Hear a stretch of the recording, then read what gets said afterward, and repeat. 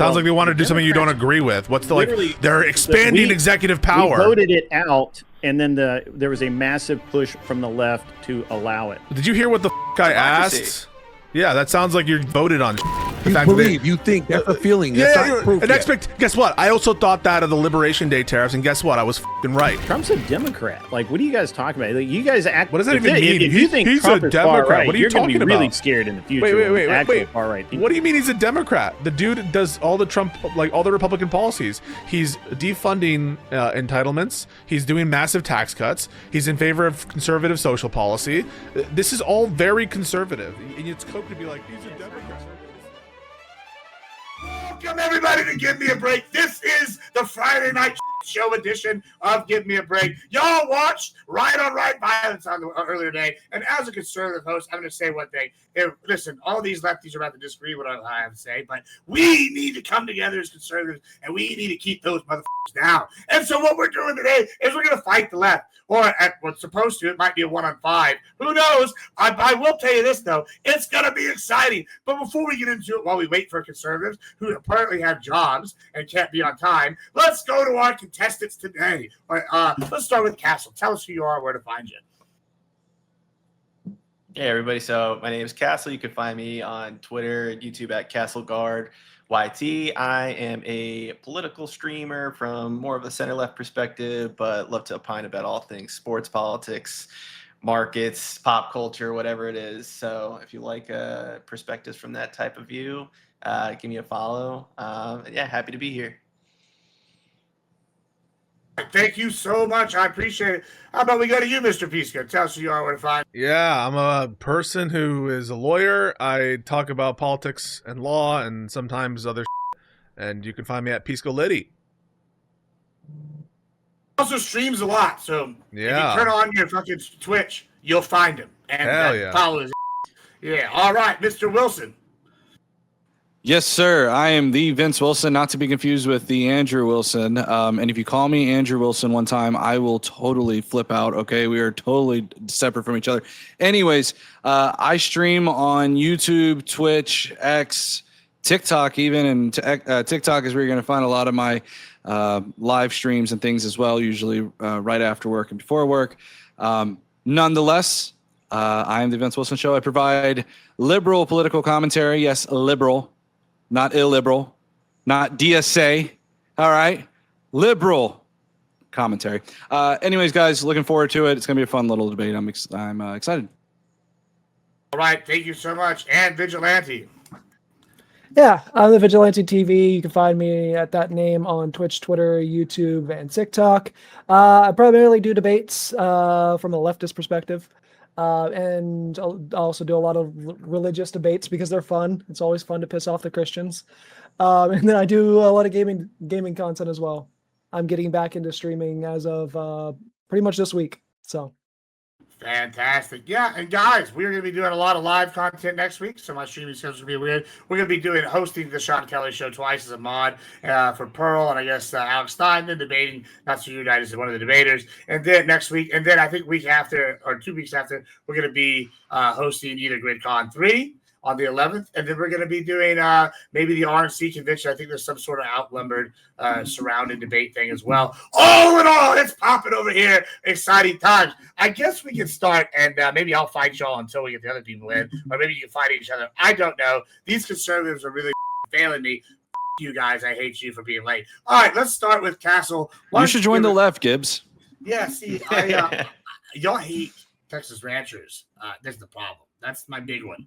Maybe if y'all did some policy that helped me. Listen, I'm willing to do it. Guys, in fact, you know what? I'm going to give a take before we do it that I think y'all all like. Everybody in Texas, I don't care what it takes.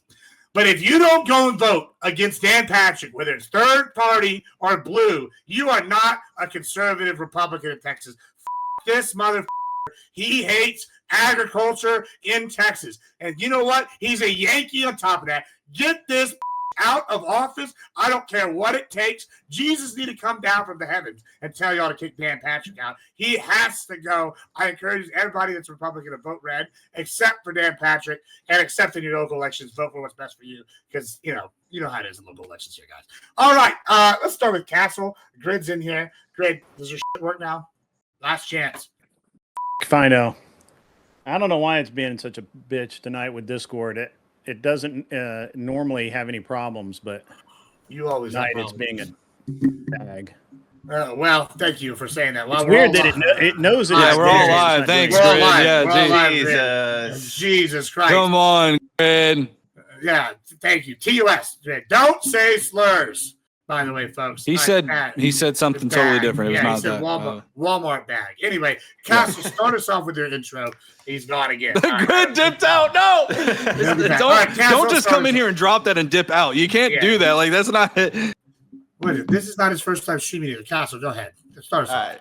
Well, full and total endorsement of what Gibbs just said about Dan Patrick. Terrible, terrible person. Should never win his election in Texas. From a center-left perspective, though, I'm interested to see where people stand on this because before the debate began and before the prompt started, I was wondering to myself, I was like, well, where would people disagree on this? And I was thinking about if a socialist candidate ran against a Republican, would I vote against the socialist? And I was telling myself, of course I wouldn't. Why would I want a Republican to win a race? But there are certain instances where I believe if there is somebody coming from the far left, and there's even candidates now who have even won their races, like a Daria Lisa in New York City, where if there is a balance of power that the left is winning, and let's say hypothetically they win the Senate back and they win the House of Representatives, and then they win the presidency in 2028. And there is a race where a Democratic Socialist or somebody from the far left, call them a communist, whatever you want, is running, that won't affect that balance of power, and they have bad ideas. I don't think it's out of the ordinary for somebody who is an average American or even center left or center right person to say, this isn't somebody who I think should represent the left, and I shouldn't vote for them and vote for the Republican. Let's say it's a Republican, you don't even have to call it an independent or whoever. So I think there are cases where you could get me to agree with that stance that there are people, and this happens on the right all the time, but this is a topic about the left, so we'll stick with that. But there are people who are coming from the far left who I think are spreading certain policies and ideas that are harmful and hurt the actual party itself from a Democratic Party standpoint. And I think in the long run can do real damage to that party and start to lose races on a national level. So I think there are instances where you can get me to agree with this stance. I don't think it would matter for me in a balance of power position where if Democrats needed to win a seat and it came down to that race where I would say vote for the Republican, I would not say that. But I think from even a state level, local level, and then certain instances on federal level where I think there are certain people on the left that are ruining the name of the Democratic Party and should be defeated by the other side. All right. Thank you so much. Let's go to Vince Wilson's show real quick and get our next lid here and see what he thinks.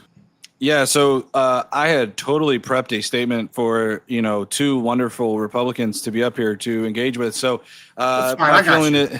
All right. So here's the thing. At the end of the day, it is easy to see that Republicans are the worst option to vote for.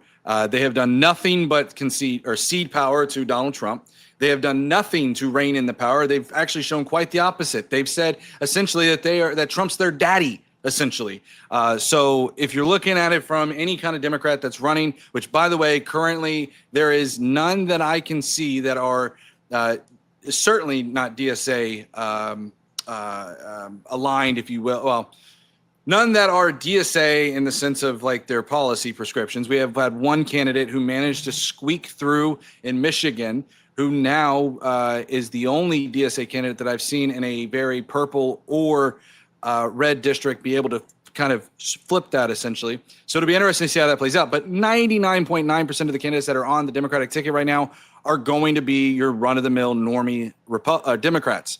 And so what we need to do is we need to make sure that we go in, we support Democrats because their policies are not only better, it's also more important that we flip the Senate and we flip the House in order to rein in Donald Trump's power, in order to subpoena, because we already know Donald Trump's DOJ with Todd Blanche isn't going to do anything when it comes to Donald Trump. So we need some kind of an investigative body, and that is where Democrats come in, hand over fist. All right. Thank you so much. Let's go to Mr. Vigilante. Go ahead. You're a socialist take. Yeah, so generally speaking, most of the DSA aligned candidates that are even running are really just like sock dems. They're not for the most part, none of them are actually like true social democrats. So it's nothing more than just voting in more progressive candidates. The idea that we should like that libs should vote against the DSA candidates or like or Democratic candidates in general is just accelerationist talking points, and in general, it's going to end up helping out the Republican short term and the far left in the long term. So I mean, if you want to go the accelerationist route, sure, go for it. You'll be helping out the people like Hassan instead of actually fighting against them. Is that it? Okay. All right. And Mr. Pisco. We're seeing like untold corruption from the federal government. Trump is enriching himself and his family. They're doing political prosecutions. It's a disgrace, and we need to purge peacefully and patriotically our government of all these filthy motherfuckers who are corrupting our country, leading us to unwinnable bullshit, unconstitutional wars. And that is the clear and present danger. That's what I'm all about. And I will vote for a fucking communist over a MAGA fascist. We can deal with whatever made up bullshit boogeyman communist threat occurs down the line. But in the short to midterm, it's not even close. All right, Greg. Now you're here. You're gonna give us an opening, and if it's not satisfactory or problems, I'm gonna give one for y'all until y'all get back. Go ahead and give us an opening here. What do you think? Why should the people vote over Republican over the Dems here with the incumbents, specifically for the libs?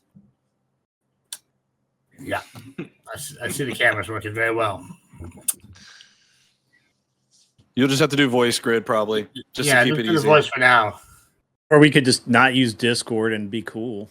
No, don't do the stream. Yeah, we're not boomers, bro. We're all fucking tech savvy. Get it? Yeah. Right. Okay. All right. Whatever. I'm sorry. What were you were saying something? Give your intro. Your intro. My intro. For me personally, I'm grid 1. Apparently, I can't use tech, and I do debates and stuff occasionally. Okay, and your thoughts on the topic? Yeah, I mean, I agree with the topic. I think that the more lefties vote further right, the better off we are, I guess. Sure. Fantastic. All right, I'm going to go ahead and give an opening for them, and then I'm going to step back and moderate because, damn, that was tough. So, the reason I put this topic up here is because I think that the libs should be pissed. They should be mad. The incumbents have gotten in bed with people they didn't really understand. We've all seen the movie The Dark Knight, right, with Heath Ledger's Joker, and there's this great scene where they're like, oh, we have to hire the clown, right? And this is kind of where we're at right here. Y'all let the clown in, and y'all hired someone y'all didn't really understand. Y'all got people in there, and this is on y'all's incumbents' fault. And then on top of that, they are corrupt. We're seeing this right now. It was very sus with the USB things. We all saw the reaction to MSNBC's live thing. Maybe y'all don't agree that's corruption, but it seems like independents are not satisfied with y'all's party. And I think the best thing is maybe you'll get a refresh. Maybe you'll get rid of the incumbents that have allowed this to happen and vote Republican to send a message, just like I'm telling Republicans to do with Dan Patrick. And that's really my thoughts on this. I know y'all object to that, so I'm going to step back to moderating now, but I know y'all can fight. Go ahead. The USB thing?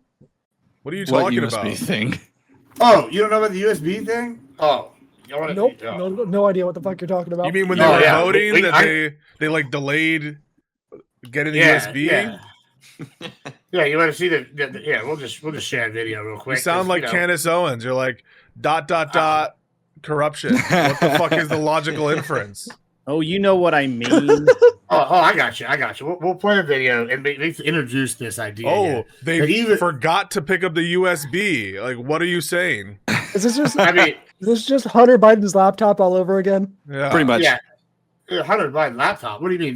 This is during their live election. I know how to fucking do this. Like it's corruption. You're talking about an election USB? Yeah, I know what you're talking about. Yeah.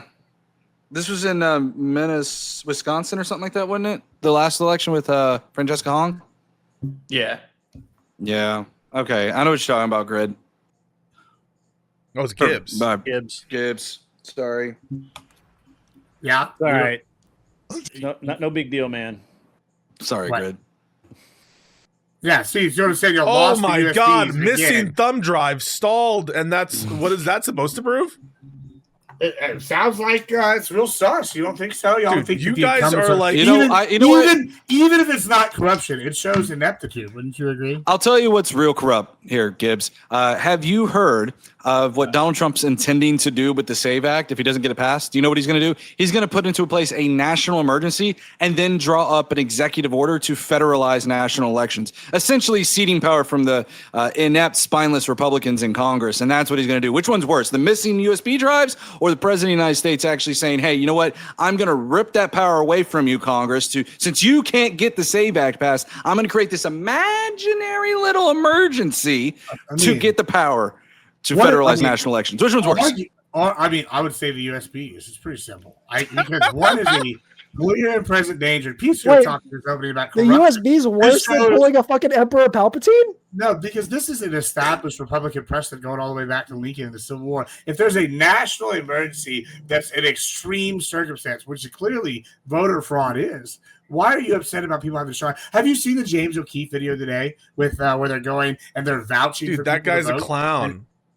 James Yeah, O'Keefe. so exactly, he's a clown. Why, if he's a clown, why should he be able to get 8 people to vote at 8 different spots on this fucking in Minnesota? Clearly, this guy shouldn't be able to get random 8 people voted vouched. I don't know what the fuck you're. Crazy. I don't know what the fuck you're talking about. You're saying that he broke election law by giving a thing of value in exchange for someone's vote? No, what he did was he went down there dressed as a person of Islamic descent, okay, and went in there in a certain cultural garb. And he had other people wear full-on burqas, but they weren't identifiable. And he just vouched that they were 8 people to see if they would allow to vote. And before voting, they all just left, so they didn't break any laws. But they were fully ready to allow them to do so. You know, is that not suspicious? You know what's suspicious is putting ICE in the National Guard at polling locations. I think that's pretty suspicious. What do you think? Well, I mean, why would you be concerned about that? You're just going to show up with your ID and just be like, yeah, this is me, officer. Wait, so I don't get. Do I need to bring up? The strat was sorry, they were wearing a burqa and they were about to commit voter fraud, and then they didn't. Well, yeah, because they were proving that it was easy to do fraud. Because y'all told us it's the most safe election ever. But they didn't vote, right? So they didn't show yeah, because that. they didn't commit a crime. Yeah, they would have voted. Looks like the system works. They like turned it in. Looks like the system works. The only reason it worked is because they voluntarily didn't do it. Oh, well, Gibbs, why? Because they were worried about the death. consequence? Because they were worried about the consequence, maybe? No, because they were trying to prove a point. They didn't want to actually commit a crime, unlike the Dems who are using this as So you would be like, so this is Gibbs right now, right? You bring a gun into a fucking shopping center, and you're like, what? First of all, we never do this. We all carry guns legally. Into a gun-free in a gun-free zone, right? And then you walk out, you're like, see, I could have shot people and I didn't. That shows that. Well, actually, yes, they do this for like schools. They'll show people. They go in. They're like, look, we got school guns in the school-free zone. You'll need to hype up security. We've been having death threats. Why would you not want to hype up security if security is that easily broken? I mean, I guess if that's your epistemic standard, I mean, is that your standard that like just being on the precipice of like a crime and then not doing it, that shows that there's some widespread issue? Hold on. Hold on. I gotta answer this real quick. Yeah. Sorry. Real quick. So then you agree that the SPLCU actually committed crimes? No, that seems like a non sequitur. So it's totally different whenever they actually go through with the crime. What's the crime? And they fund like the United Rally. What's the crime? You're like, you don't believe that this showed anything of substance, and therefore let me finish. So this is your logic was, okay, you don't believe that this is a problem, therefore SPLC did crime. Make that make sense. No, I'm going to show you the equivalency. So James O'Keefe went through the process, got right up to the crime committing part, and showed that they were allowed to do it, then didn't commit the crime to document it, right? Which is what you do as an informant. These guys, the SPLC, they basically funded the Unite the Right movement. They actually have someone fucking charged with crimes now for doing this, and it seems like a pretty open and shut case. Wait, which person is charged with crimes? Which person is charged with crime? There is no person charged with crime. It's the entity is charged with the crime, and yeah, I think it's bullshit. It's like just because you fund someone as an informant doesn't mean she was charged. Heidi Brandt Ballerich was accused. Oh, she was charged. They charged them. Yeah, as a person. Yeah, that's nice to me. As of like 3 or 4 days ago. Yeah. Oh.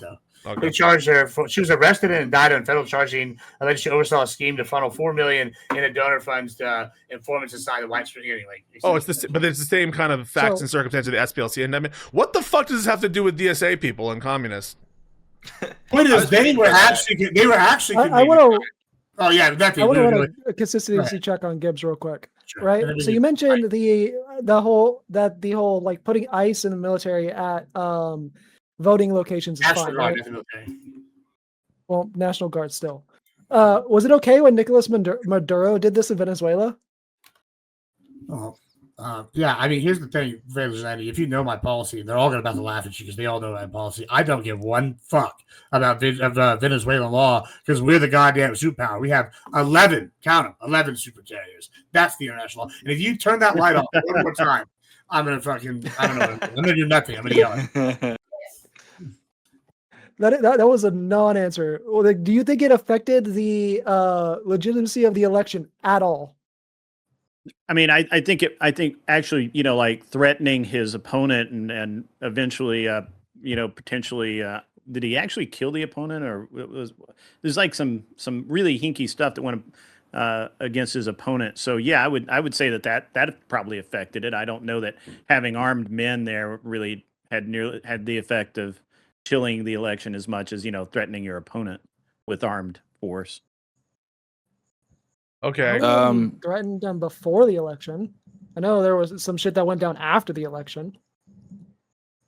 Well, do you think that ICE or National Guard would not be armed at polling locations? Would they be okay? So, do you find armed men threatening? I would say that if they are armed, there is some level of authoritative figure that they are portraying. Actually, a matter of fact, use of force continuum and specifically states that the mere presence of multiple officers is enough to be to constitute a part of the use of force continuum. It's part of it to show enough force. It's a coercive force. Just the sheer number of people, let alone you add any kind of who would they be military gear or anything like that. Okay, fair enough.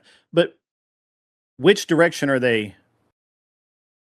Are they influencing?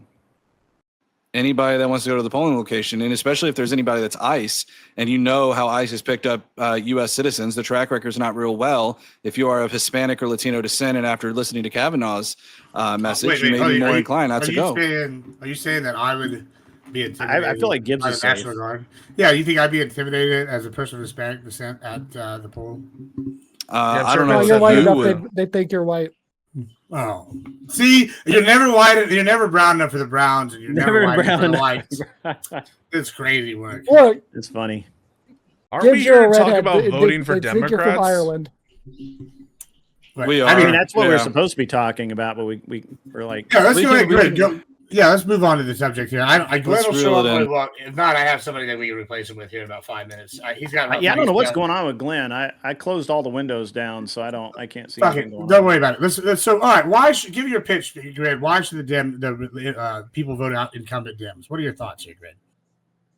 Well, I mean, first of all, I think that the old guard, a lot of the old guard Democrats have been bamboozled into believing that the new DSA folks are actually on their side when that is just simply not the case. And whether we want to talk about how, DSA aligned people treat the courts and various other institutions as illegitimate structures, requiring radical transformation, radical new teachings, new worldviews.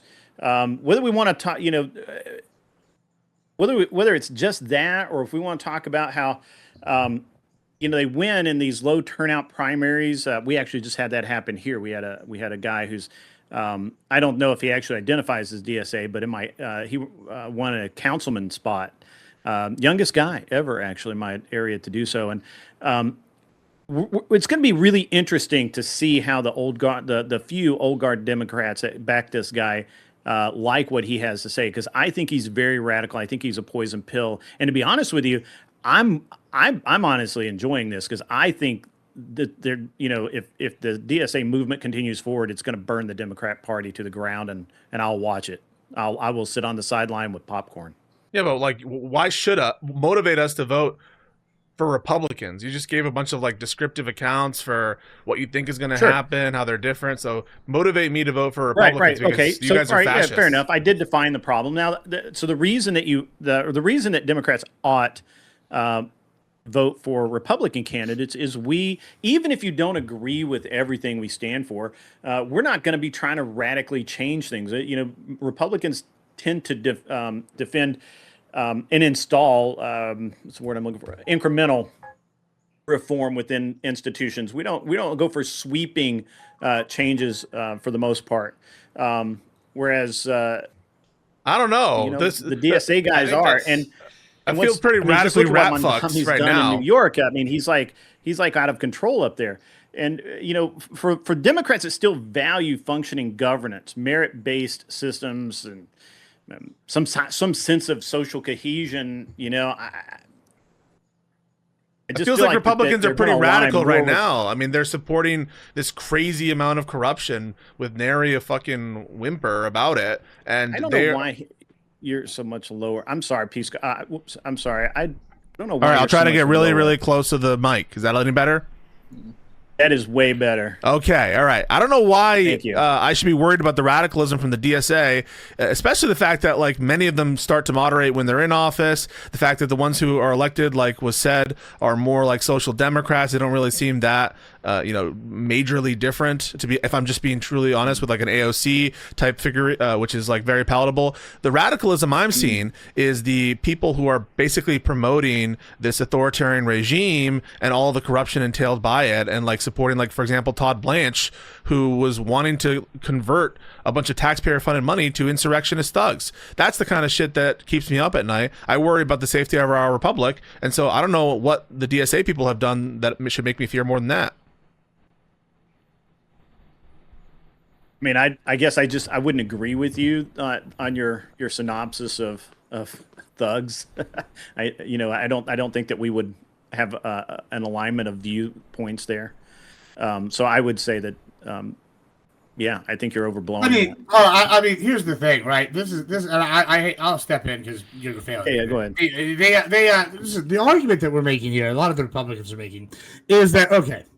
We see the extreme. Pisco, he's doing a wonderful job selling the idea that AOC is a moderate when she's over here in a district in a city where the guy is over here trying to push a, socialist grocery store. Like, this is a good idea. The grocery stores already work at maybe one of the smallest margins of profit in general. If you can do better than them, I'll hands down turn over to socialism. I know this shit's going to fail. It's just not a good idea. And so we're seeing this over and over. And then they turn around and say something like, oh, he fixed the debt when he basically took a loan from the government. Maybe it wasn't a loan specifically, but it all intents and purposes basically is that he got money from daddy government to cover their debt because he wants to put a bunch of programs in that he can't afford. And then he docks his constituents, and then people like over here, like you guys, want to say, oh, potential harm versus real harm. And it's clear when we have people fleeing the city of New York, fleeing the state of New York to like Florida and Texas. New York's great, man. Chicago's, New York is great. And let's be real about something, right? Like, okay, if he makes these like government-run grocery stores and they crash and burn like you say they will,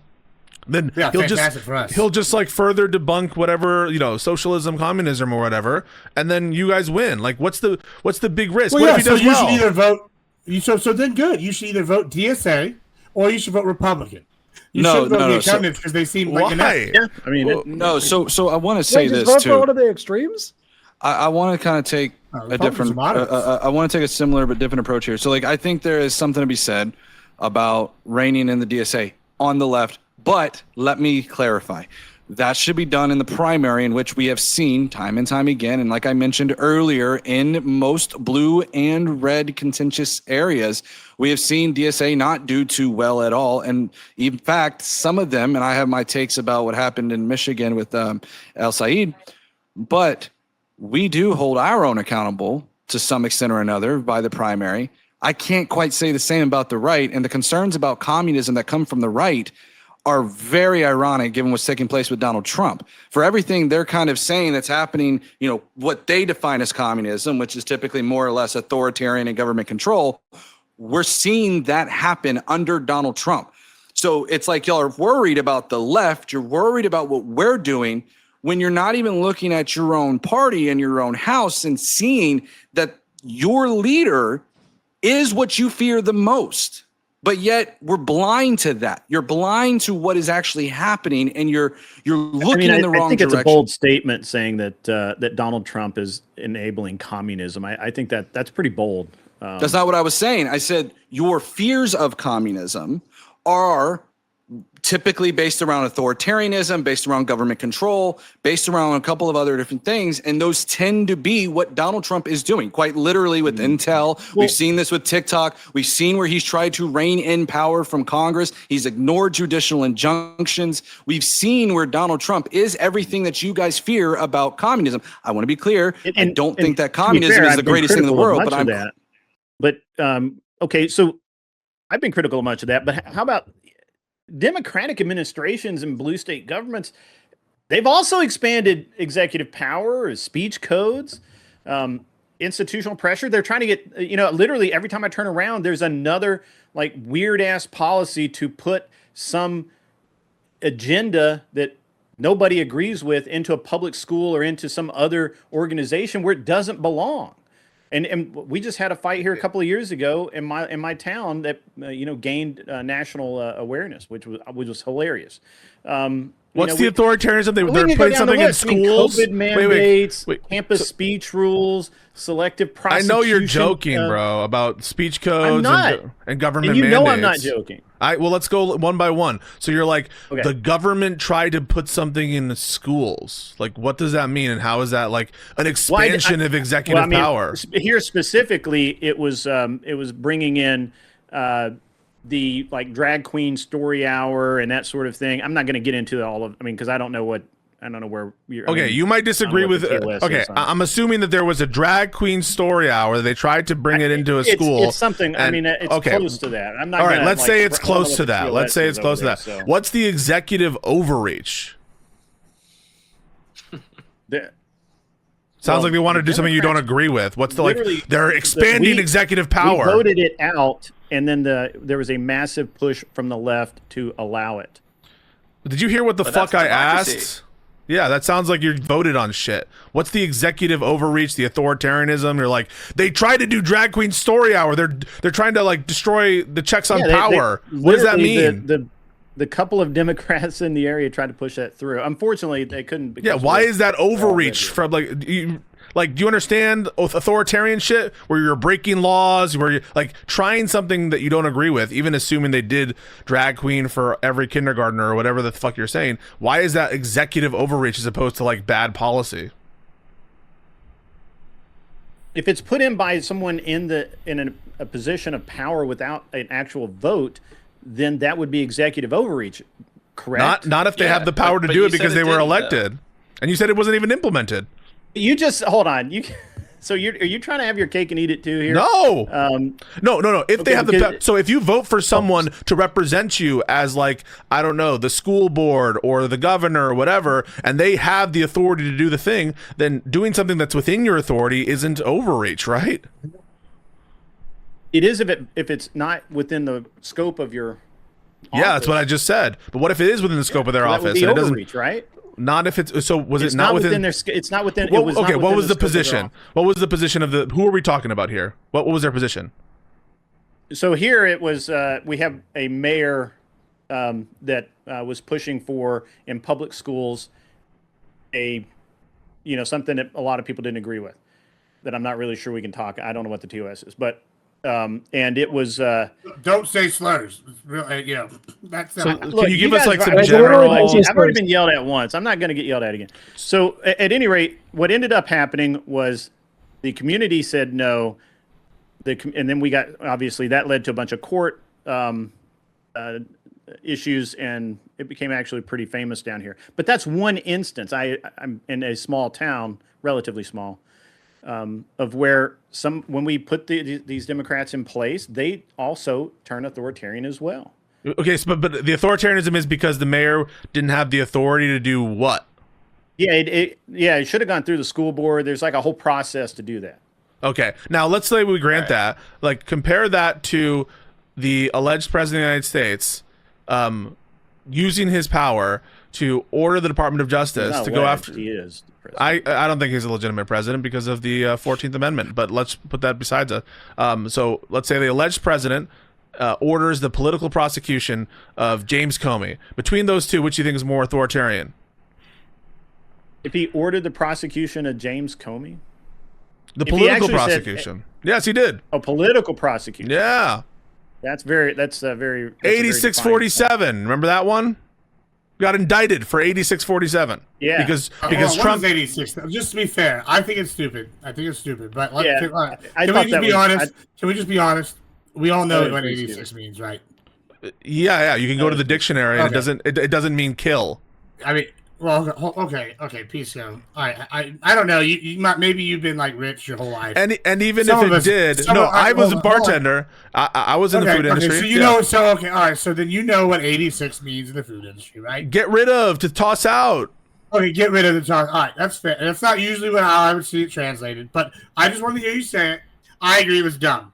And Okay, it was not just dumb, something corrupt. He goes on Truth Social and orders his Department of Justice to find something to charge James Comey with. It's disgusting, and we're over here talking about I You're a think lawyer, you can something charge a ham about sandwich. drag story hour and the mayor and he Come on, had brother. to go to the How many school felonies does board. the average person commit in a day? 3? Isn't that the Well, now- record? Your average person commits 3 felonies in a day, like accidentally, not even knowing. Isn't that a thing?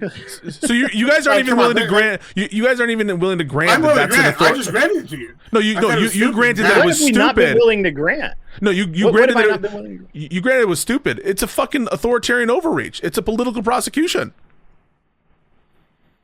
If I say go find something, If you use your official power for political Mm-hmm. ends, you would agree abuse of power, right? if I use my authority Yes or no? for a political end, Yeah. No, to prejudice I mean, someone. isn't that what literally every politician does? No, if you use the prosecution authority for political ends, you think that that's prosecution authority. Yes, Okay. yes. Because it sounded like you said political. I Yeah, apologize. yeah. So if you prosecute, for example, political enemies, that's a problem, isn't it? That's authoritarian. I mean, it could be. It could be, or it is by I don't agree definition. with. I don't agree with Trump going after Comey. I think that there were things he could have gone. So we don't after take you Comey guys for seriously because legitimately. we don't take you guys seriously because you won't even grant that like most obvious forms of both corruption and authoritarianism are those things. Like you guys can't even recognize corruption or authoritarianism if it bit you on the face, and so that's why you like the people who think like you need to be purged peacefully and patriotically out of power. It's disgusting. I'll run for office. Don't worry about it. Let me take it from a center perspective because I think I agree with the hypocriticalness here coming from people on the right arguing about why the DSA is dangerous. So I'll ask Vince and Vigi and Pisco this, but let's say in my hypothetical that I laid out earlier, where you have a Dem trifecta, they have the House by 15, 20 seats, they have a 4-seat Senate majority, and the presidency, right? Is there a situation, though, where somebody is running on the left who, during a midterm, Republicans can use to spread their message as a reason why Democrats are going to ruin the social fabric? I mean, we have Democrats who have said, or Democratic Socialists who have said they want to abolish prisons. They don't believe in prosecuting crimes, like actual crimes. And so these are things that can actually harm the long-term vision of a Democratic Party. I'm not saying that all Democratic Socialists are bad, but I think there are people and insurgents coming in from the left that can harm the party long-term. And I think if you do have a safe enough majority, these are types of people, if they win a primary election and they don't get defeated in a primary, because we were talking like the primary is a time where those people should be able to lose. But if they do come out and win, are those people from your positions, should they be voted out if you had to vote for a Republican? That's what I would ask. No, I mean, I don't think if you're convinced by that based on how you phrase that question and based on how you phrase your position, it's kind of like unclear to you whether or not the associated brand or reputational risk is worth installing, for example, a MAGA Republican as Wisconsin governor. That was the discourse for a little bit, was whether... Because in this case, there are... Let's say there are moderate Republicans, whether you believe them or not, like a Brian Fitzpatrick in Pennsylvania, who has voted for, especially in the case recently with Iran, where they wanted to make sure that the War Powers Act was voted on. So there are people who have voted against things that Donald Trump wants, and there are people who live in these districts where if you're running in a district that is that blue and you're a Republican, you have to moderate. There's no way you can be running as a MAGA. Would he vote for politician impeachment? Would he vote for? I mean, that's essentially my metric. If whether or not you're moderate is whether or not you're instantly willing to call on the impeachment and resignation of the alleged president.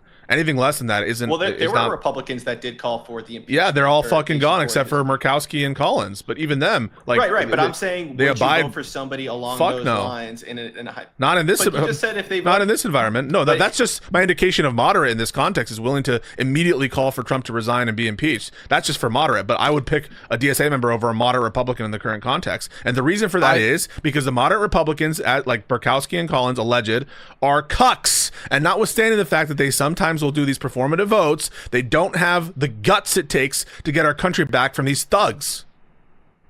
Yeah, I want to say. Oh, sorry, go for it. I was going to say real quick. I just want to make this known. I would say it's situationally dependent. All right, because for example, I could see a hypothetical scenario, maybe not in the near future, but a situation in which the DSA is starting to gain power, in which I wouldn't want to enable that power. In that hypothetical scenario, I probably wouldn't vote for a DSA member. But in today's society, would I vote for them if they reached after the primary and they eventually did come out? And depending on the district, 9 times out of 10, I would probably say it's probably best. Now, do you go out and phone bank for them? Do you go out and door knock for them? Do you do all of that? That's up to you and your comfort level. I myself probably would not. Would I say that if you were up against, say, somebody like Ken Paxton in Texas versus a DSA member, again, it's an equation to me. Right now, there's for every one DSA member you have, and again, they're winning at the local level, you're going to have 1,000 others. But I also want to acknowledge that we should still call them out for their beliefs, and we should engage with that. And I want to emphasize that. Again, hold on. during the Dennis, I'm sorry. Which beliefs? When you say call them out for their beliefs, which beliefs? Prison abolition abolishing- shit. yeah, Abolish prisons, abolish like the police, that kind of shit. yeah. Like I'm fairly close to the DSA politically, and I don't even believe in that shit. Call them out for their stupid Yeah. shit, but it's not close to the enablers of this crazy fucking shit. And I'm going to be honest with you. People like Fitzpatrick, people like Mike Lawler, they're just losers. I mean, they will almost always support Trump, and when they do vote against it, it's either a local issue or it's a performative vote, which doesn't matter. And I mean, they were willing to go along on the Epstein Files Transparency Act until the discharge petition happened. Only then were they willing to buck Trump. And so it gives you a sense of like how cucked all these Republicans are. They're really under his sway and control. And so I'm not going to enable that. And I'm not going to be like cowed into being afraid for, the abolishment of private property. That shit ain't going to happen. We're not going to get rid of the police, and these people aren't going to effectuate that. And so even if I was, concerned that they're not going to moderate or collaborate, I'm just not scared of them being able to effectuate the ends that you guys are all fear-mongering about. But I mean, you would have said this, or I would have said the same thing about Trump. The things that he's done that I don't like, I would have said the exact same shit that you're saying right now. So you really are not. You're not helping me here. I think that you are blinded by your hatred, vitriol, and assumptions about the Republican Party going forward. We're the Republican the parties Party are different. Yeah, the parties are different. What did you think that Trump was not going to be able to do because he was going to be sort of like restrained by the party? I guess I should have made my position on Trump clear from the start, right? To me, Trump's a moderate. He was the most conservative person we could get elected. He was like literally the best we could do. That like there wasn't like everybody else is just everything shifted so far left that center is now right. There are no truly conservative. I haven't seen a truly conservative candidate in a minute. And so maybe that's why I'm not surprised by anything Trump does. He's a moderate. You probably think anything to the left of General Franco is a moderate. I don't know. Like, what do you take to be a conservative? You don't think that George Bush was conservative?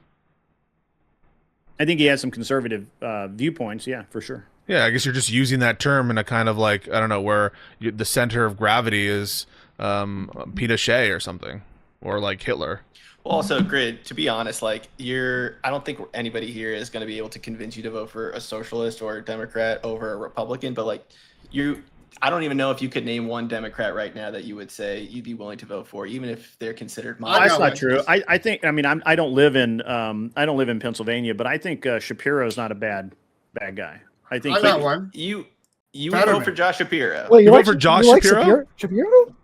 Yeah, I think he says some pretty smart things sometimes. I think he's a little further left. But if it was a choice between him or Trump, or him Josh or Shapiro and Mastriano. Mondami, it would be Shapiro. No, that's not it. No, it's him or Mastriano, or him or some Republican like Rubio or something. Yeah, I'll let him answer real quick, and then we're gonna go to Glenn because I believe he's got a shit here. Go ahead, Glenn. Answer that question.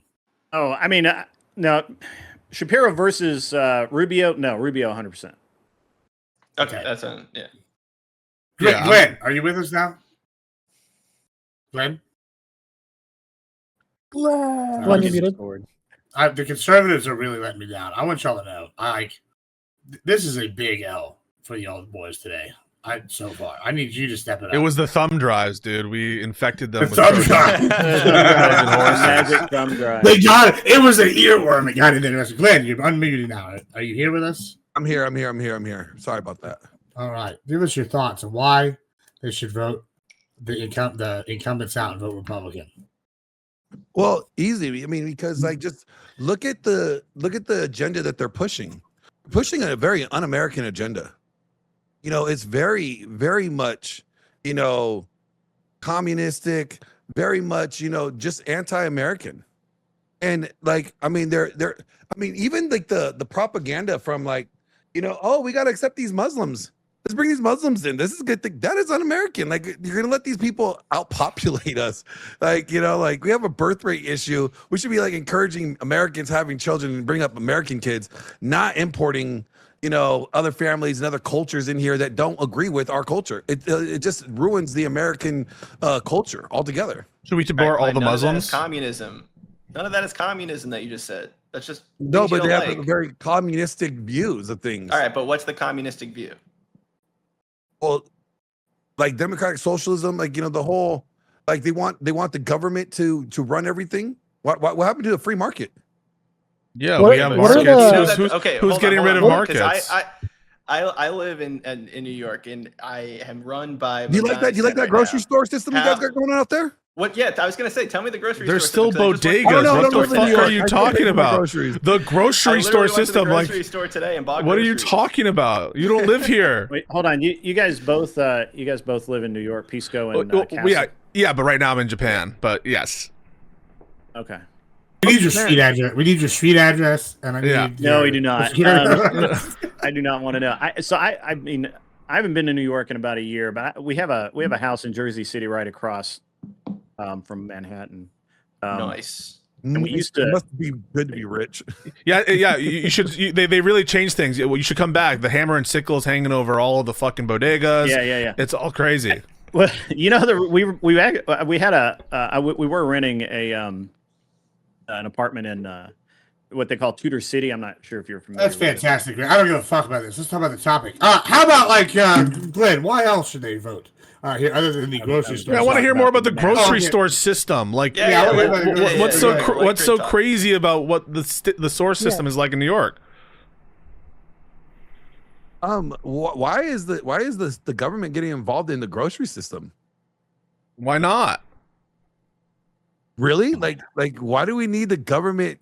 Why do we need government grocery stores? They think it's going to be a fun idea, a fun little experiment. Why not do it? That's fun. It's fun. Yeah, as an it's experiment. fun. Yeah. Like stomping on capitalism, stomping on the free market is fun. They can compete. There's tons of private stores. What are you talking about? It's like a shop per borough that they want to do. I think that's dumb. Do you not think that having a public grocery store will help incentivize private grocery stores to bring their prices down? No. Trump is talking about putting price ceilings on food and shit. and like doing price controls, and you're over here being like, no, not a single grocery store that's owned by the government. Who cares? They own stores when it comes to like military bases and stuff. The government can sometimes own shit. Doesn't make it communism. That's diluting the term communism. Do y'all for the Republicans on the panel, do you believe when Obama issued 22 national emergencies that was authoritarian? I know it's supposed to bother, but you were just complaining about Trump making a national emergency. Well, I'm asking the Republicans on the panel, do you think Obama issuing 22 national emergencies, Obama issuing those, do you think that was, authoritarianism? Weren't they in response to like actual national emergencies like fire and tornadoes and floods and shit? As opposed to fake emergencies like the voter emergency, whatever that is. Yeah, by the way, the 22 national emergencies are how many Donald Trump has done, not Obama. I just wanted to throw that out there, by the way. Oh, nice. That was a dunk I saw a mile away. I was going to say, no, it's not authoritarian. Because it's the legal precedent. Yeah, I'm just curious why you were talking about that. Because, I mean, if it's an actual emergency, then it's not authoritarian, is it? No, so a lot of Donald Trump's national emergencies, those 22, there was 11 that were done in the first term, all 4 years. He, in 1 year and a half of his second term, a year and a half, have already surpassed his first term by 11 national emergencies. A bulk of those being tariffs. He tried to find in like a bunch of different ways to try to subvert Congress's power to levy taxes. Illegal taxes. Wait, can we pause there? Yes. What do you guys think about that? He levied illegal taxes, which increased the price of goods, has a direct effect on inflation, and he's not stopped trying to re-implement shit like that. And by the way, while he does it, all of his cronies bet right before the tariff hits and make out like fucking bandits. So I haven't actually thought about the tariffs in over a year. So the last thing I really cared about the tariffs were that we were actually having an effect on China and bringing them back to the table, and that was where I kind of stopped paying attention to the tariffs. So I don't really have an up-to-date opinion on it. On illegal taxes? You don't have an opinion on that?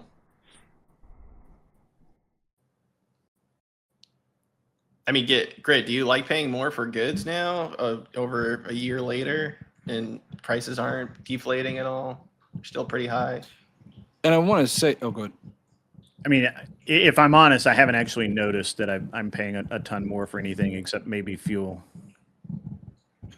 Well, and I want to mention too that it's interesting too that like that what Trump is doing is also defeating the idea of trickle down economics, right? He just gave a ton of refunds to these corporate places, and the argument behind trickle down economics is that will trickle down to the consumer.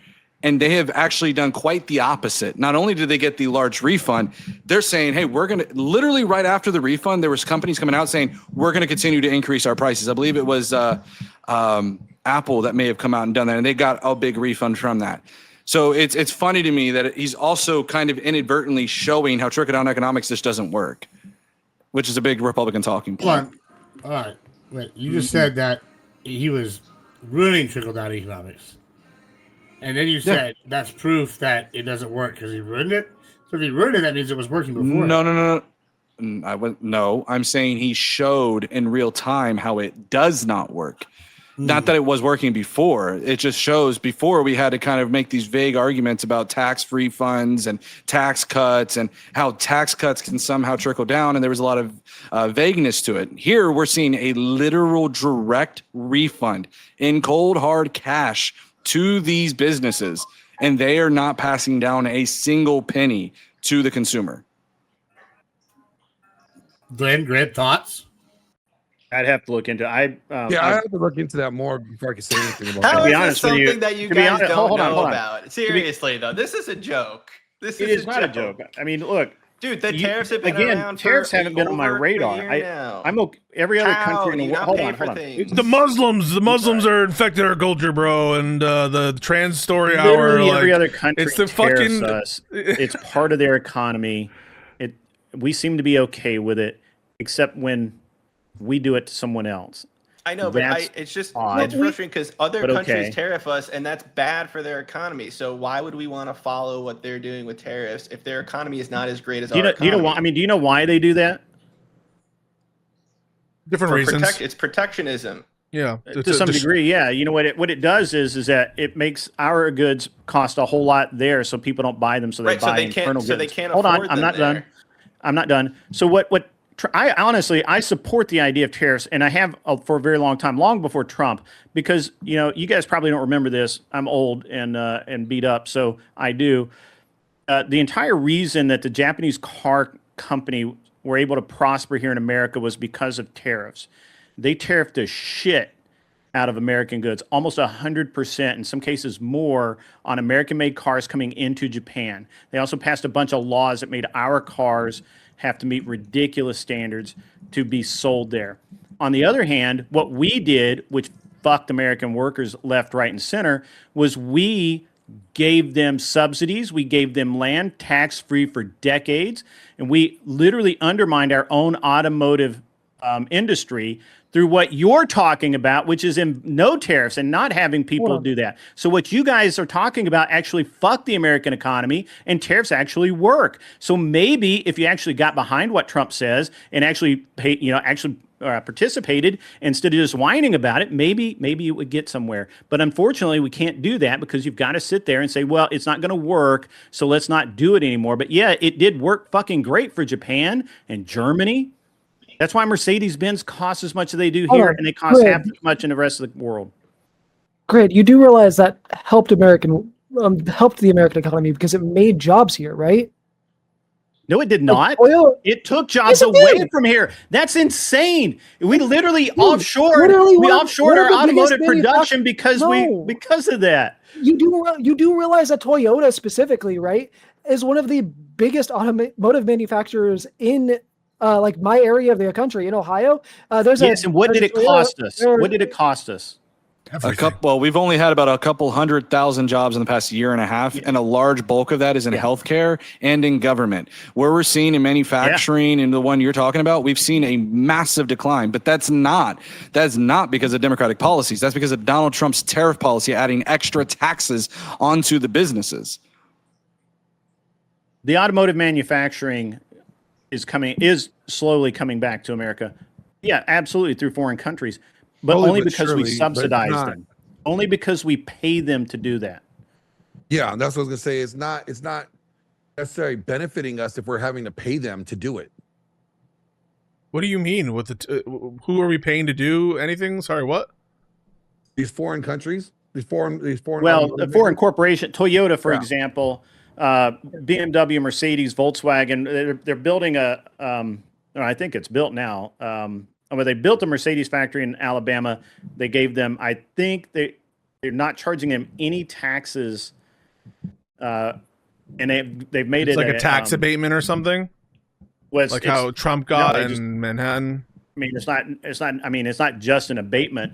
They've become their own customs center, so they don't pay customs on the materials and parts that they import directly into their factory. There's a lot of aspects into this. And I'm just picking on the automotive. I mean, there's other areas of our country where these policies, these no tariff, everybody gets to tariff us, we don't get to tariff them. Works against us. You know how you bring these manufacturing jobs back into the country? You do it through things like the CHIPS Act that Biden passed, where it helped build the infrastructure in order to bring the semiconductor manufacturing to America. That's how you. Isn't the one where we offshored the chips to Taiwan and that fucked us in COVID? No, we're building chip factories here in the U.S. Yeah, because we offshored the factory in California that made the chips in America was offshored to Taiwan, either right as or shortly before COVID happened. Yeah, when Biden took over, the CHIPS Act was about building chip factories in America, not about offshoring anything. So I may have been something else, but I'm confused about. Maybe they're trying to bring it back. So you're saying that the CHIPS Act was bringing it back. The purpose of the CHIPS Act was to bring it back. But Grid, you were saying with the automotive industry that we're subsidizing foreign investment in the U.S., but we also have tariffs at the same time that you said we're supposed to bring domestic car manufacturing back. So we have tariffs that aren't bringing car manufacturing back, but we're also investing in foreign companies to What do you mean? have their cars built here. I don't get what you were saying. What are you talking about? During the height of the tariffs, literally Toyota announced a new plant to be built. I think VW, one of the Euro companies. Yeah, but VW you were saying that we're paying foreign it? companies to build cars here. Yeah, well, they're also now they're having them because of the tariffs and because of the things that are no longer because we're no longer in the 1990s or early 2000s. They were having to pay, and they were paying good money. I want to say that it was like I'd have to look it up. I think the Toyota deal was something like, I don't know, $800 million or something injected into the local economy. I don't get this so what here and the connection to fucking communists. The point about the tariffs is, in addition to them being, I think, generally horrible for our country economically, and you at least admitting that you have no evidence to suggest they were beneficial, is that they were fucking illegal. Even if they were great ideas, Trump illegally levied tariffs, and he's continuing to try to do it. And these are the kind of actions that, you know, spurred our framers, right, the founding fathers, to take some action. No taxation without representation. That's why, among other reasons, that they put the taxing authority within the Congress, so that there could be, you know, democratic oversight there. And just having Trump willy-nilly install these, being dependent upon China is a good thing? I mean, because that's really what the tariffs did. I didn't say that. Okay, then. No, but that's what I'm saying. The tariffs helped push the supply chain away from China. You claim it gives America leverage, right? You claim that it's you know, a safeguard against China. And listen, I'm not against targeted tariffs in some capacity to if there was some united front. No, I obviously do. So why don't you let me finish my fucking sentence? So it's not just that he did tariffs against China. He was tariffing our fucking allies. He was tariffing the EU. He was having problems with like people who we should be supporting against China because he's a madman. He's a madman who doesn't care about shit. Hold on. You think everybody should have access to the American market? No, that's a privilege. I never said that. That's a straw man. I never fucking said everyone should have. It's not an entitlement. It's a privilege. It can be negotiated. He has not been able to render anything with his negotiations you of support substance. The free market. Go ahead. What were you saying? Oh, I was to say you support the free market, right? If another country's building better products, like there are a couple Chinese products specifically that are better than certain American products. Like China's electric cars are significantly better than Tesla. Like if they're building a better product, shouldn't it be able to compete in the free market? Yeah, but if you want to compete in American market, then you should have to, you know, play by our rules. So there's two notes on this that I want to mention that are, well, three, and I'll make it quick. Yeah, one is that I'll make it real quick. So one of them is that it's interesting because we talk about taxes and how we've kind of gotten an inadvertent admission here that taxes kind of do it. The second thing is that the issue is not so much that a tariff has been levied, although that is somewhat of a problem. The issue here is who levies taxes? It's Congress. And I forgot my third the point. president can levy tariffs under specific conditions. I mean, you're saying that. I mean, I like you guys just say global shit. And I the Liberation Day tariffs. I want to hear. I want to see where you're going with it. The reciprocal tariffs. Those tariffs. Those are the ones. The ones that happened on Liberation Day. The very specific ones that as soon as they ruled them illegal, he stopped doing them and he replaced them with the 10% tariffs. He's trying to. Those are also legal. Those are also legal under the statutory framework. No, tariffs under Section 232 and Section 301 unfair trade practice have been repeatedly been. Yeah, and they're legal. They're time barred too. Why are you guys being so disingenuous? Why do you have to? There's no disingenuity here. Yeah, some tariffs were good, some tariffs were bad, which is what I said. There's no lack of. Wait, can we pause? What's the disingenuousness? We believe these tariffs are blatantly illegal and unconstitutional. Believe is irrelevant. I'm not a pastor. I want to know the facts. The court ruled. The court made a ruling. You believing is irrelevant. Hold on, y'all let Pisco go. Make your point, Pisco, and then we'll go back to you. In virtue of their obvious illegality and in virtue of the Supreme Court ruling, these tariffs were illegal. Now he's implementing new tariffs that are illegal for other reasons, and we can provide the legal analysis for that. In addition to some of the procedural requirements, now they're going through the courts. They're going through the courts in virtue of some of the procedural prerequisites not being met there. But the whole point is this motherfucker doesn't care if they're legal or not. He doesn't care whether or not it's legal or illegal to try to withdraw birthright citizenship. He doesn't care whether it's legal or illegal to, implement by fiat election rules. He doesn't give a fuck. He is enriching himself. He's taking Qatar airplane bribes. He's enriching himself on crypto deals. And you guys are like missing the forest for the trees. The guy's a fucking corrupt asshole. We need him out of power. But what has that got to do with you putting DSA fuckers in? They're going to vote to impeach this motherfucker. They're going to vote to impeach this motherfucker. That was the third point I was going to make. It's interesting to me that the idea around communism is that it's going to be government control when we're sitting here and we are the ones, the left is saying, hey, we don't want the president to make unilateral actions and take those away from Congress to go in and levy taxes on the citizens of America.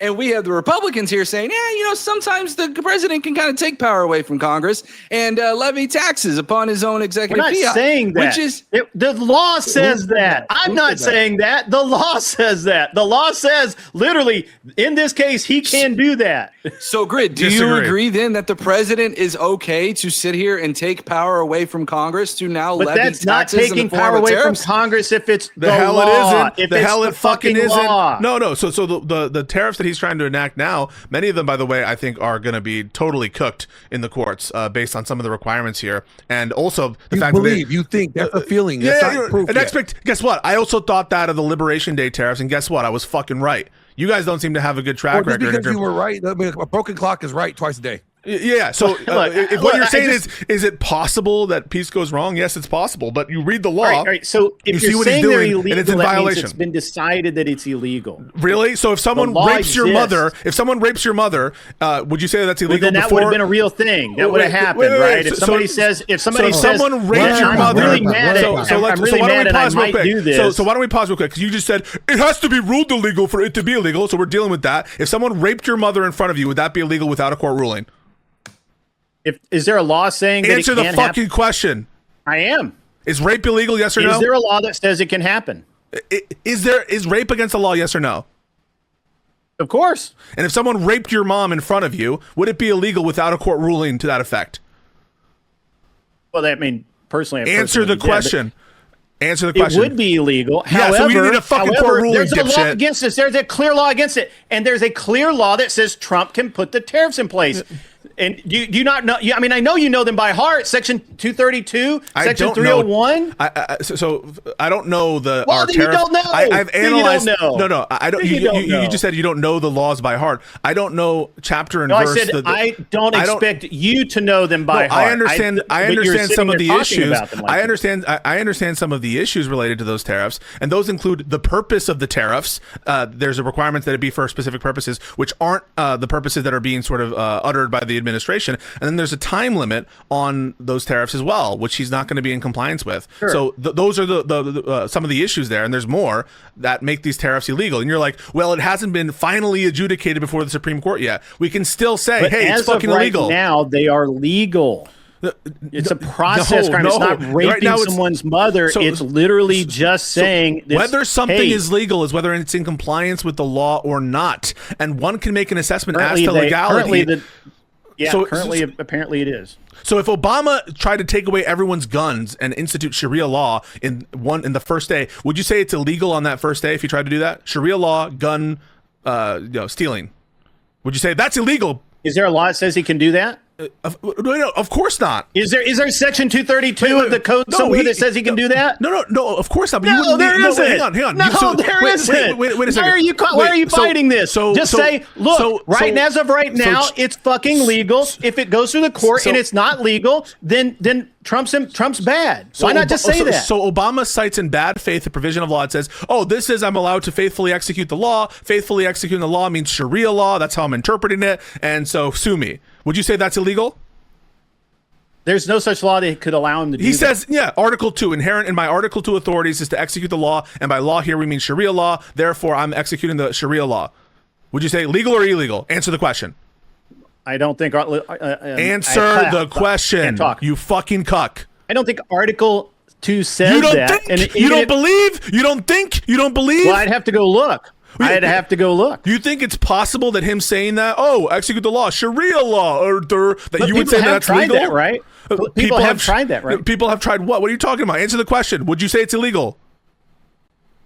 Would you say it's illegal or sorry? not? Would you say it's illegal if he said, I'm interpreting the law under Article 2 to be Sharia law?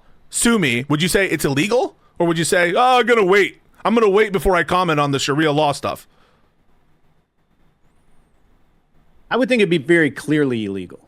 Oh, you would think that, right? Because it's obviously not in compliance with the law, and you wouldn't wait for a fucking court order or a final adjudication on the merits before you'd say so, right? But when it's literally the letter of the law. Yeah, so it's clearly in violation, in my view, of these additional tariffs. Now, if you want to have a debate about that, that's cool. But at a bare minimum, the Liberation Day tariffs and his willingness to do clearly illegal tariffs and clearly illegal other shit, by the way, too, foreign emoluments, political prosecutions, all sorts of bullshit, shows that the guy doesn't care about the law. He is a reckless and malicious actor within the government that needs to be purged peacefully and patriotically. I don't mean anything illegal, through democracy. That's why he's so bad, and that's why I don't give a fuck. Okay. I would vote for a DSA member over a Trump person any day of the week. Can I ask, out of curiosity, to the Republicans on the panel, to kind of move the conversation forward a little bit here, do we believe that utilizing the military on their citizens is a form of communism? What?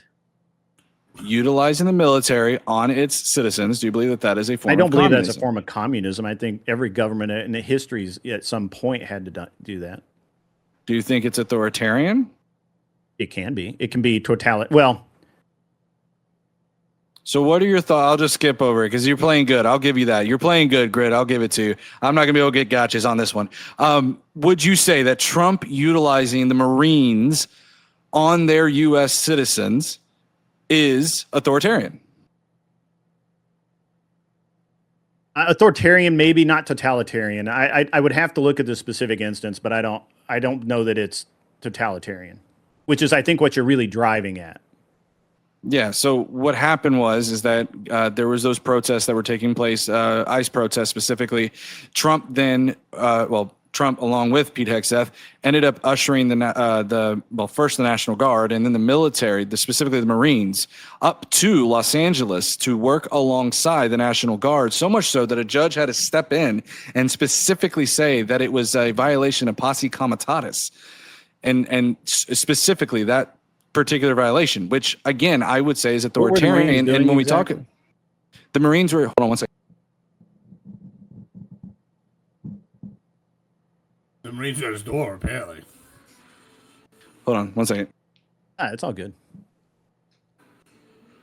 You guys don't think that Trump is, oh, go ahead, sir.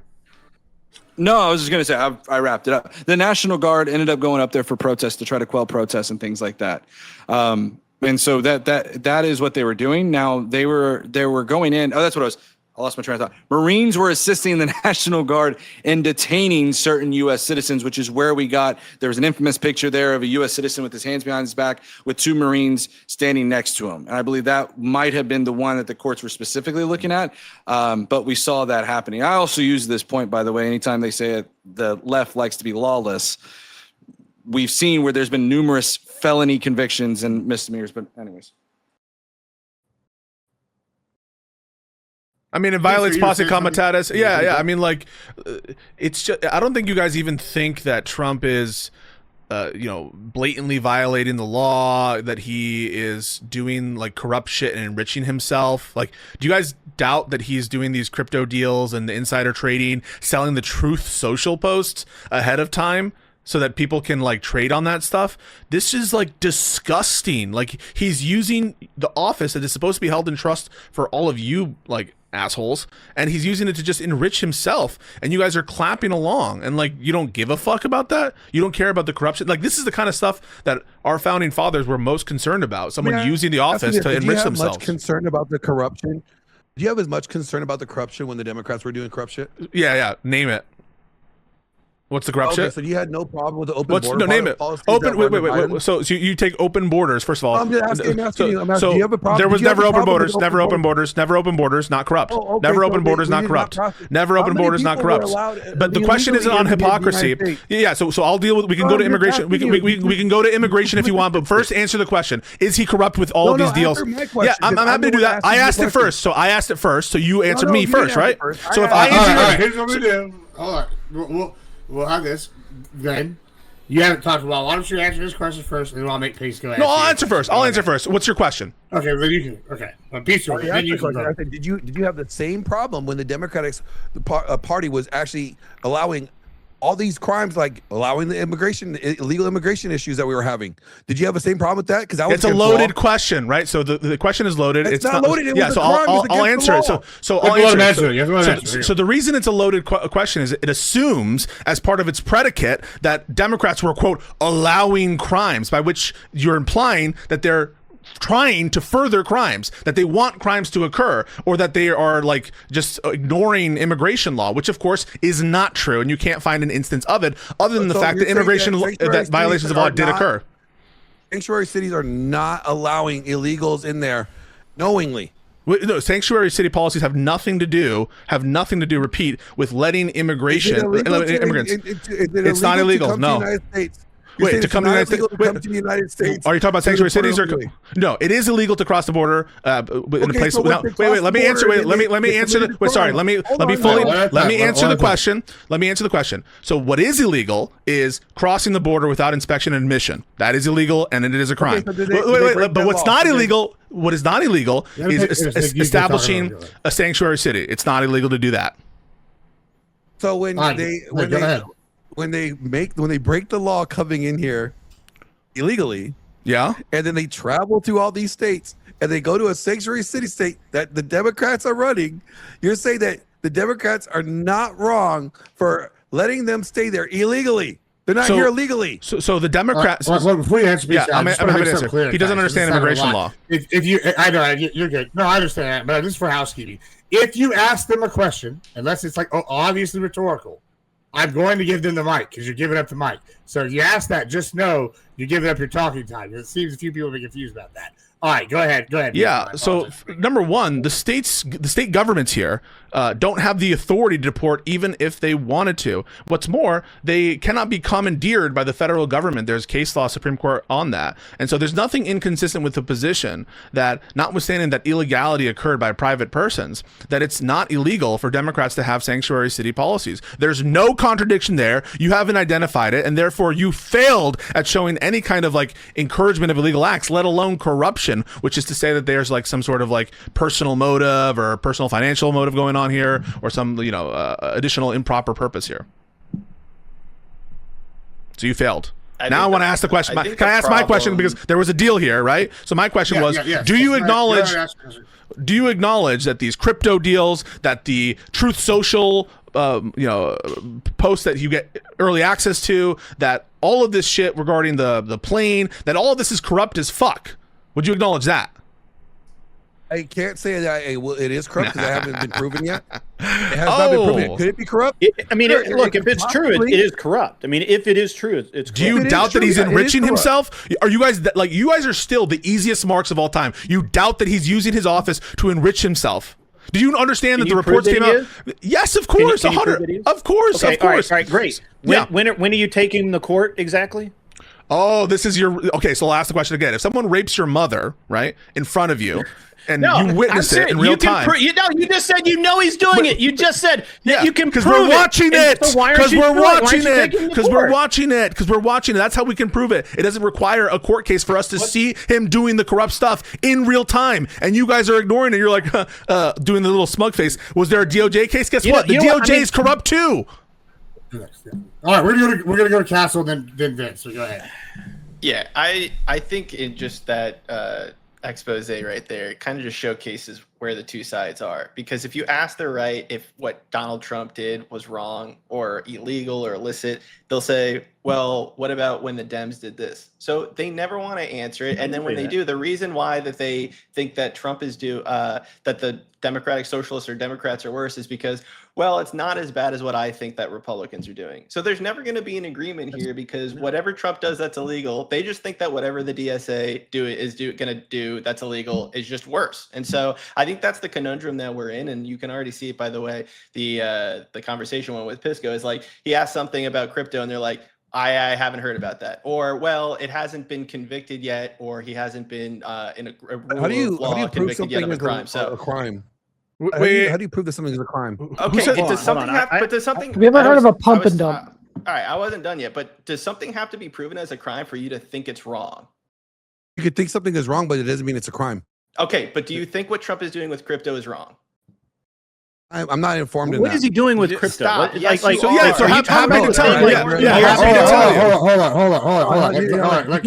you. You can't tell me what I'm informed on and what I'm not informed on. But then why are you here? Because these are issues that You asked happen me about literally every crypto. day. You asked me about crypto. I'm not informed about crypto. If you're talking I know, about the but thing I'm that not happened talking 2 about crypto, years I'm talking ago, about Trump and I'm talking about Trump's dealing with crypto. If you like Donald Trump and you know Donald Trump, this is something that has been in the news almost. want us every to week explain now. it to So you? you don't have to know about crypto. Do you want us to just have explain know it to you? about Trump's dealings with it.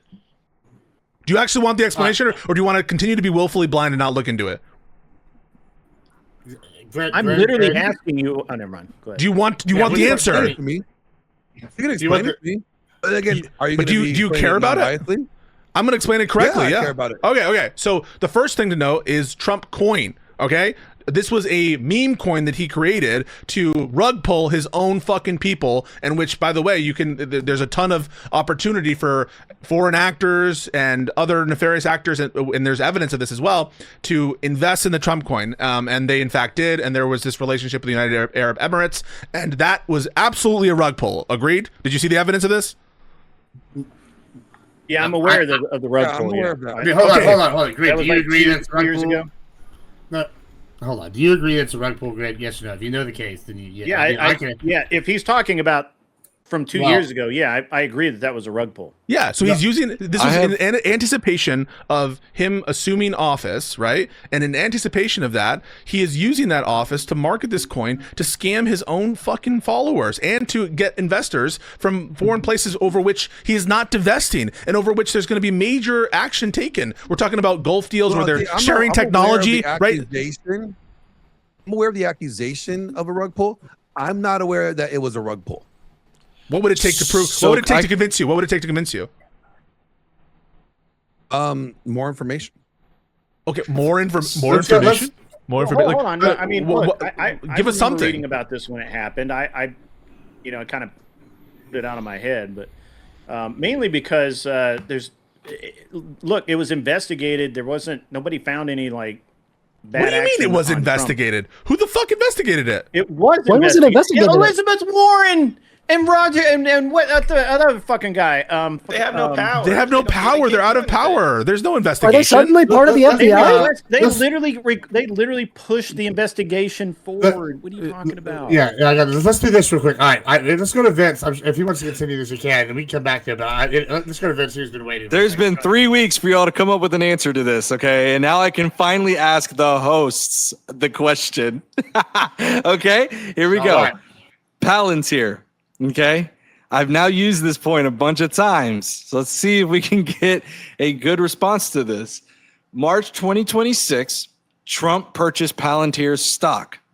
April 7th, he specifically went on the Truth Social and said Palantir Technologies and used their stock ticker symbol, PLTR, has proven to have great warfighting capabilities and equipment.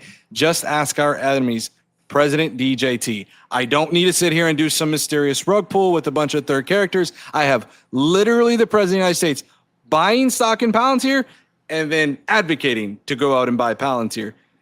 What are your thoughts? This was all public. Very public. Yeah, It's it's like federally world almost like- news. So this dude. is like me telling you to buy, to buy shares in my company. Yeah, but the difference is Trump is running, right? Yeah, but he the doesn't government own that's buying the Palantir. contracts, right? He's in charge of running the contracts with fucking Palantir. And so do you understand the conflict of interest in owning stocks in a company over which you're granting contracts and which is being integrated with the government itself? That seems pretty corrupt, right? Yeah, I mean, I've always thought it was very corrupt. Yeah, so that's the kind of Especially, shit like, that we care when about. half the Democratic Party Oh, does wow. But that's oh, no, Pisco, hold on, what wait, did I wait, say? wait, wait. Pisco, what did I it. say? But What you did know, I say? I will What did say, yeah, that's pretty fucking corrupt. Let's get them all. Let's get them all. No more Cool, I stock would agree trading with for public officials. I actually believe in that. I agree with you. Cool. My favorite example of corruption, by the way, is the one I've now touted again numerous times, which is Dell. This one goes under the radar quite a bit. Essentially, what happened was in December, Dell ended up contributing over $6 billion to Trump's child savings accounts. In February 10th, he ended up purchasing between $1 and $5 million in Dell shares.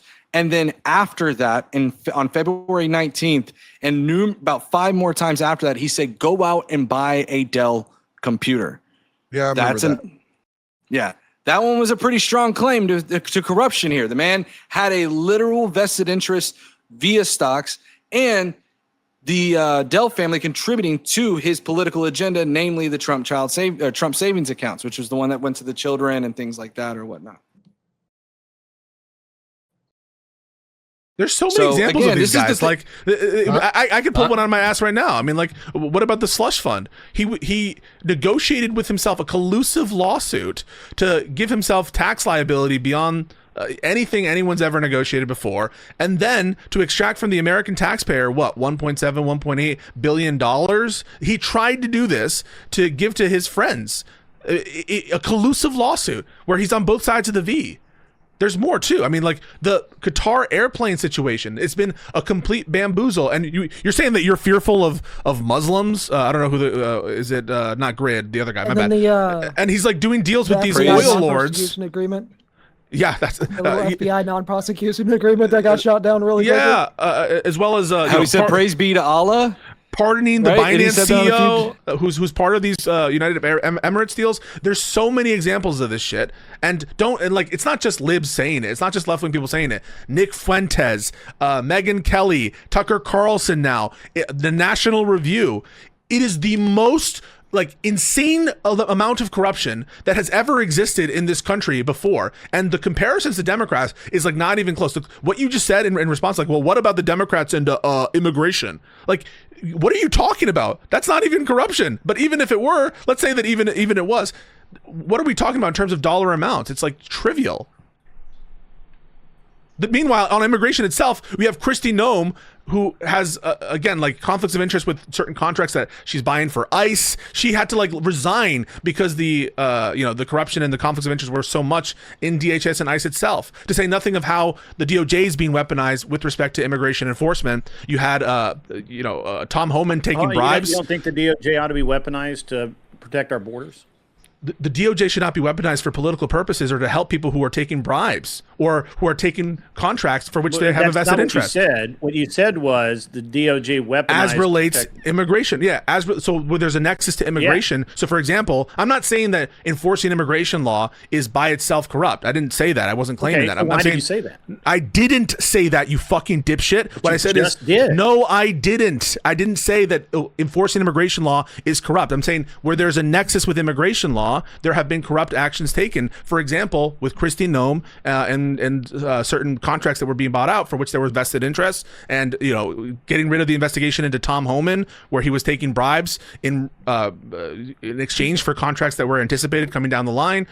There's just everywhere in the category of immigration. Has nothing to do with ICE enforcing immigration law on the border. The fuck it doesn't. What do you mean? We're talking about contracts that relate to immigration enforcement.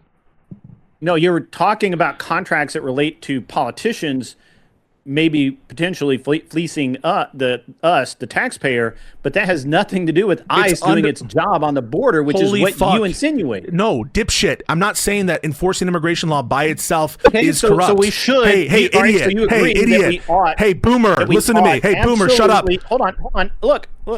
Calm down. So you agree that ICE protecting the border is a good thing, and that's what they ought be doing. ICE doesn't do border protection. That's CBP. Idiot. Why wouldn't they? You just said that they should. Because their mandate is internal immigration enforcement. They're being used improperly, and Customs and There- Border it was Protection, some kind of asshole. scam on the American people. No. What I said was specific to Kristi Noem and other actors related to immigration, where there's an immigration nexus, and it undermines immigration enforcement to have corruption. Agreed? Sure, That undermines it, right? possibly Could. That's what I was Absolutely, talking about. 100%. I wasn't saying that enforcement of immigration is necessarily corrupt. That's your straw man. That's not a straw man. That's what you said. Okay, then you're an idiot. You can't Maybe hear. you You meant didn't something understand. else, but what you said was It was very obvious. No, did I say, oh, they're so corrupt, they're enforcing immigration law? Or did I say they're so corrupt with respect to immigration law, look at Kristi Noem's contracts?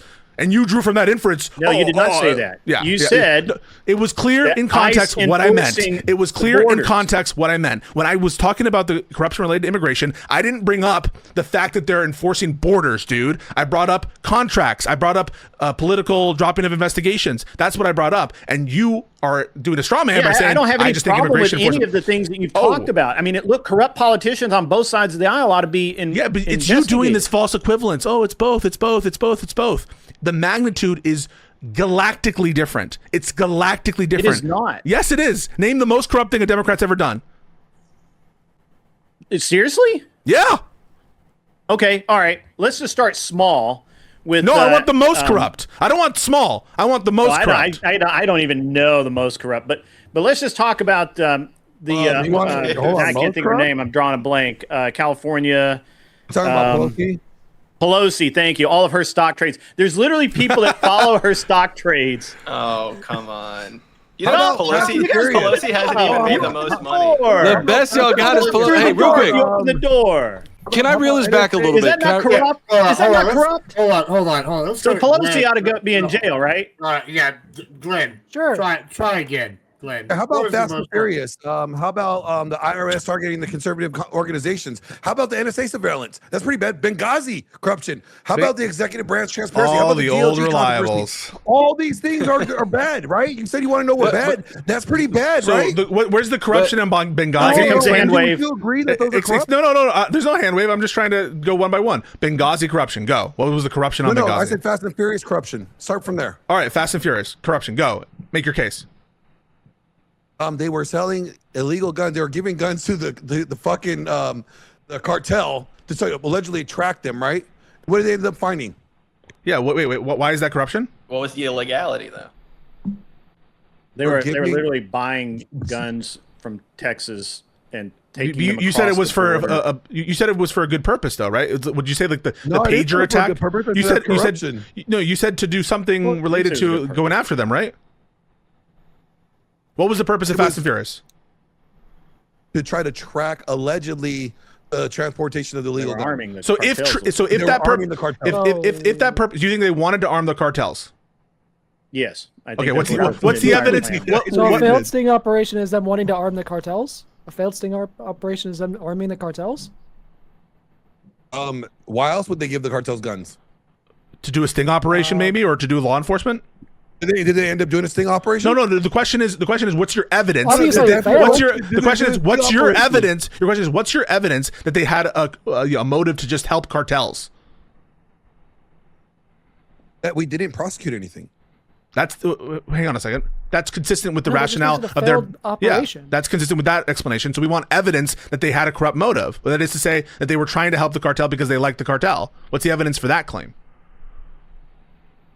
The evidence that they was corrupt was they were like they did not. Who benefited? There was- who was the benefactor of this corrupt scheme? All right, this is painful. I'm gonna The help cartels. I'm gonna help this out. I'm So so it wasn't even our Politicians Hold get some on. benefit too. What Hold on, politicians hold on. giving I'm just- criminal Just let me guns give you the is the response, and fundamental then problem. y'all can fight real quick. I'm just gonna play a No, word for in- it. Hold on, real quick. I'm gonna help them out for 1 second. Then y'all can go back to whatever this is. The answer would be that they gave them fucking guns that they then used against their own people and other people without any prosecution. And the idea that, okay, well, hey, why did this prosecution happen? Well, that's the real question. So the evidence would be, these guys benefited without any negative happening to them. That would be the evidence of potential corruption. That should be Were they trying to? Were they trying to? conservatives use that? Thank you. No, were they order for trying them to to further corruption, crimes? they Yeah. Well, All let's right, say that so- you can't prove that they weren't trying So to you do so it. you We have can't two- prove it. when you have- Wait, when you have the so can death- you prove hold can on, you when prove you it or have the not? death Hold of on, I the border- can prove it. Hold on. I When you can have prove the it. death Hold of the on. border patrol agent that was done by those guns, and then the DOJ initially gave Congress misleading information. Come on now. So you That is need not Well, corrupt. actually, I don't Eric know- Holder- you need to Eric Holder prove did that. you need to prove that the policy itself was corrupt and in other words was motivated by an improper Yeah, well, purpose. Yes, Were they I can do that. Okay, go for it. I can do that. Okay, so what was corrupt about it is that they deliberately delayed any action specifically to make the problem seem worse than it was in the press. They admitted that to a House Oversight Committee. They And how about literally the fact said that that they Obama- literally said that what they were trying to do, they knew that it was wrong, but they were they did it anyway. Wait, I you just can't remember all the agents. wait a names and all that second. shit, but it was in. Hold on. I'm Hold on. sorry. How about Obama later asserting executive privilege over certain DOJ documents Well, I mean, I requested can- by That's Congress?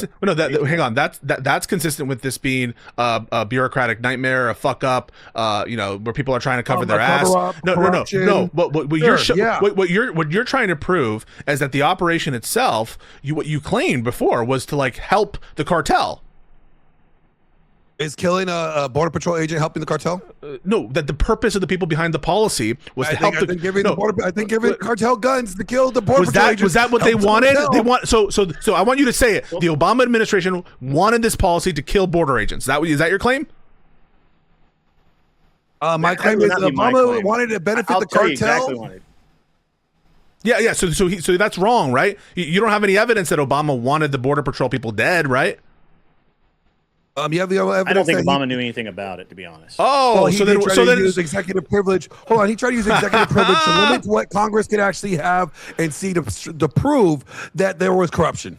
Wait, okay, so Yes. So he was trying to stall so it. you're He was saying that trying you don't to have- made it a scandal instead of being full transparent. So I want to know that that's your standard because that's just going to be beautiful with all the examples that we have of Trump, asserting executive privilege and trying to prevent the production of documents, and so you're just going to get fucking buried if that's your standard. But even putting that aside, there's a lot more with Obama and Biden that we could go through. So what you're comparing at worst, we maintain the same standard. What you're comparing at worst, right? What you're comparing at worst is Obama and bureaucrats trying to cover up their fuck ups. We're looking for, and maybe that would be bad. That's at worst if you could show that. I didn't know the loss of a U.S. border patrol agent is just a fuck up. No. Listen, you need to show that the loss of a life is just a fuck up. It's just it's a little fuck up. Okay, so the war in Iran right now, we have service people dead, right? Did Trump want them to die? No, but that was so this is how stupid you are. You need to go back to fucking school. No. You need to go back to fucking school. Just because death occurs, did Trump arm Iran and give them guns and say, "Hey, oh shit, my bad, you shot our guys." So this is how stupid. This is how stupid. This is how stupid you are. So first of all, did Trump? So here you go. So did Trump give tariff? Did Trump give sanctions waivers? Did Trump give sanctions waivers? Did Trump? One at a time. One at a time. So Gibbs. So Gibbs, I'll mute people. This is the response. This is the response. He's asking whether Trump specifically armed Iran, as though that were necessary to a finding, or his standard as to Obama's complicity in the death of this border agent or whatever. But that's not what he said. What he said, his reasoning was because death occurred that was causally related in his mind to something Obama did, which again, query whether that's even fucking true. Half the time these people aren't even, correctly presenting these cases. Even if that were true, it doesn't show that he wanted it to happen. But it is the case that Trump has waived oil sanctions on Iran, which is billions of dollars worth of value to Iranians. So on that view, right, given that that was billions of dollars worth of value, given that view, can you buy guns with billions of dollars? Can you buy guns with billions of dollars? Yes or no? Can you buy? So can you buy it? Wait, so Gibbs, get him to answer the question. Can you buy? Gibbs, get him to answer the question. Glenn. All right, Glenn, talk. When you talk, so let me get the question out. Let me get the question out. He's just going to ask you a question. Here's what's going to happen. All right, before anybody says anything else, you're going to ask the question. Glenn, you're going to talk uninterrupted, and for however long it needs to be done to talk, and then you fucking after you interrupted, we can interrupt and start fighting again. All right, go ahead. But if you ask Pisco a question, then Pisco gets to talk. So I got it. just I go get ahead. it. I Okay. get it. So the question is, did the Trump administration waive sanctions that was worth a shit ton of money for the Iranian regime for a time period? And could that money be used to buy arms? He waived the money. Yes, that money could be used to buy tampons for your mom. That money could be used to buy fucking baby food. That money could be used to buy fucking condoms. What they choose to use the money for has nothing to do with Trump.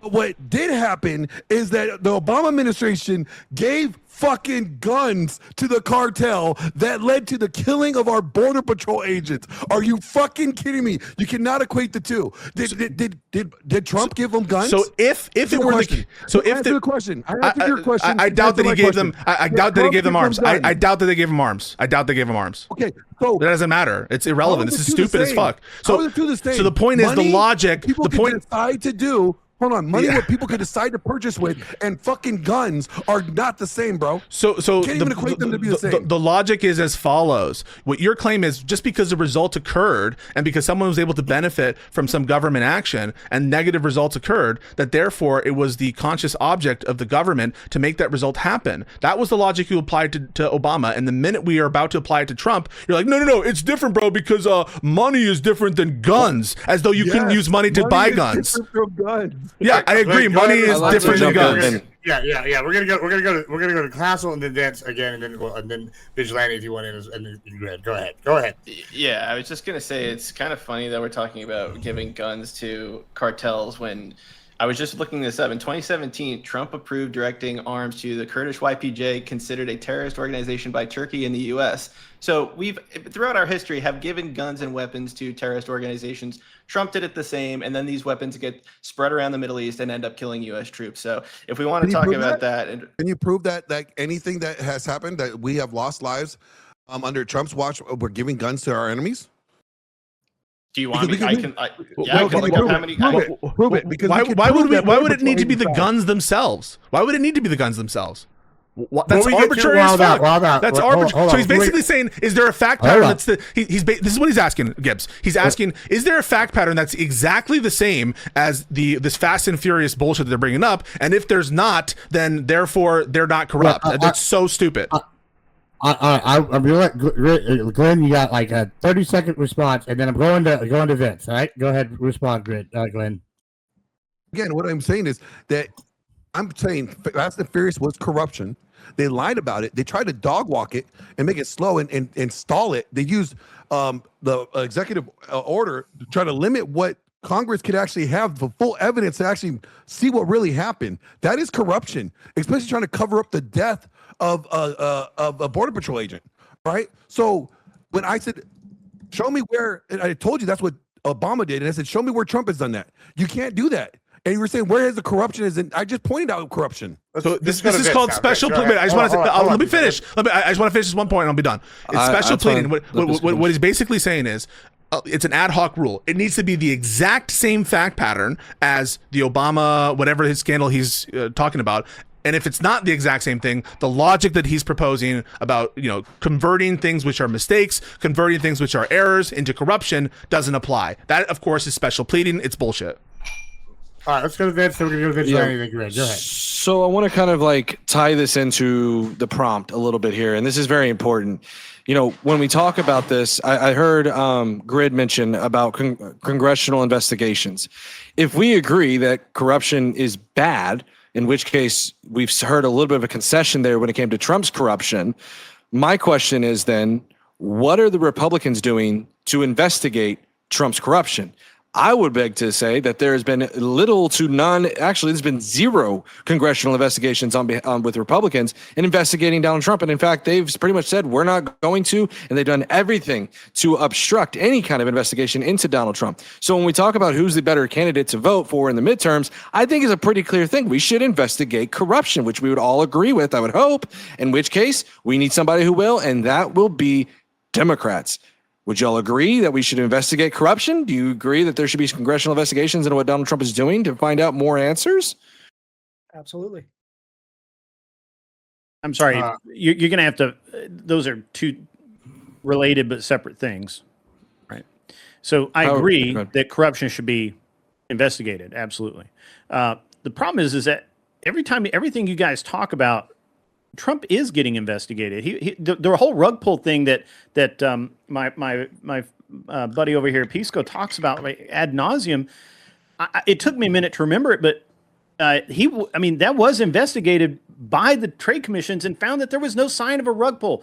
They literally said it didn't meet any of the metrics of a rug pull, and they're the people who would fucking know. But yet, because Trump you hate administration this guy so finds much, Trump administration innocent. Wow. because you guys just dislike this guy so much, you're willing to just label it a rug pull, even though the people who investigate rug pulls never did. Who's the head of the FTC again? The FTC is not the one that looks into it. But let me ask you guys this You question. just said they were. Let me ask you guys this I did question. not say Hold- that. hold on, I said hold on, the hold on. people who look Sure. into it. I don't Hold on. remember the name of the office. It's a T. I forget the initials, like TKM or T. Yeah, that's TM. expected with an administration as corrupt as this, that they would find themselves innocent. I want to. So, Glenn, I know you got a question. I want to go to Vigilante here real quick first, because he was next, and then we go to your question, Glenn. Go ahead, Vigilante. What do you have? Yeah, so I just want to see if Glenn keeps the same energy that he's having with the Fast and Furious investigation thing. So was funding the Mujahideen back in the 1970s and 80s, was that corruption? Yeah, I would say so. What? We're fighting communism. That's crazy. Just because it results in funding people who become Al Qaeda, so you're saying because it has a bad result, it's corruption. But the intent there was clearly just to fight against the Russians in Afghanistan. That's like a legitimate geopolitical interest of America. Been involved in it to Whether begin you with. personally agree with the policy or not is not the question. Do you doubt that the reason that And we were he funding asked the me that my personal opinion was it corruption? Yes, I said it was corruption. So corruption. That's my personal So this opinion. is That's my you're using personal opinion. you're You can't using tell me my personal proprietary opinion is language. wrong. You're using proprietary language, and this is what you say. Whenever you don't like something, it's corruption, right? That's what you guys are saying. Because here's my No. question to you guys. Tell No. me what Democratic president has done any corruption? Joe Biden Give me a corruptly re- pardoned his own son. You won't do the same. You won't acknowledge corruption on your side. Actually, I do all the time. Do Actually, it. I think Do it, bitch. I think that. Oh, first of all, who you calling a bitch there? A bitch. The bitch is talking. The bitch is talking. Who's There's talking? no bitch there. There's no bitch All right, there. let's focus on the thing. Go ahead. I know we're So, getting I think it's really corrupt in helping Israel the way that we are. I think that's corrupt. But that's not corrupt, right? You just don't like. I think it's corrupt. I think that Yeah, but to giving them. Pisco's point, we can't just. Well, no, be I would saying agree with things him that we that's don't- corrupt, honestly. See, thank you, All right, but vigilante there's- thinkers to me. So there you go. Okay, but even still, you have to. Oh, there prove you go. that we're I gave doing you a something- point. We're doing something that's APAC money. against what Congress is Exactly. voting on. or APAC money, something. any type of foreign lobbyists, I think that's all corrupt. I think all lobbyists are corrupt, personally. Yeah, because So- I think you just think corrupt is what you don't like. Now, I actually think that there's. I don't think we should have foreign nations involved in our politics. Period. Like Period. Qatari Okay. jets. Like Qatar I would airplanes, agree with like that. I don't like think like the that's- deals that Trump. Like That's Trump is the true. biggest foreign whore that we've ever had as a president, alleged president, I think accepting a plane from True. another nation is corrupt. because he's doing something in return. He is giving them bases in America. He's giving them access to technologies. In the case of United Arab Emirates, like he's a big whore. Yeah, and to be clear, just so we're clear on the timeline, they gave an agreement to give $1 billion in drones to Qatar, I believe it was, after the plane, May 14th. So May 11th, the jet arrangement was made public, and then May 14th, they signed an agreement to give $1 billion in drones. So they got a pretty good little... Is deal. allowing, or is Trump's family buying companies out like EA in coalition with Saudi Arabia corruption, Glenn?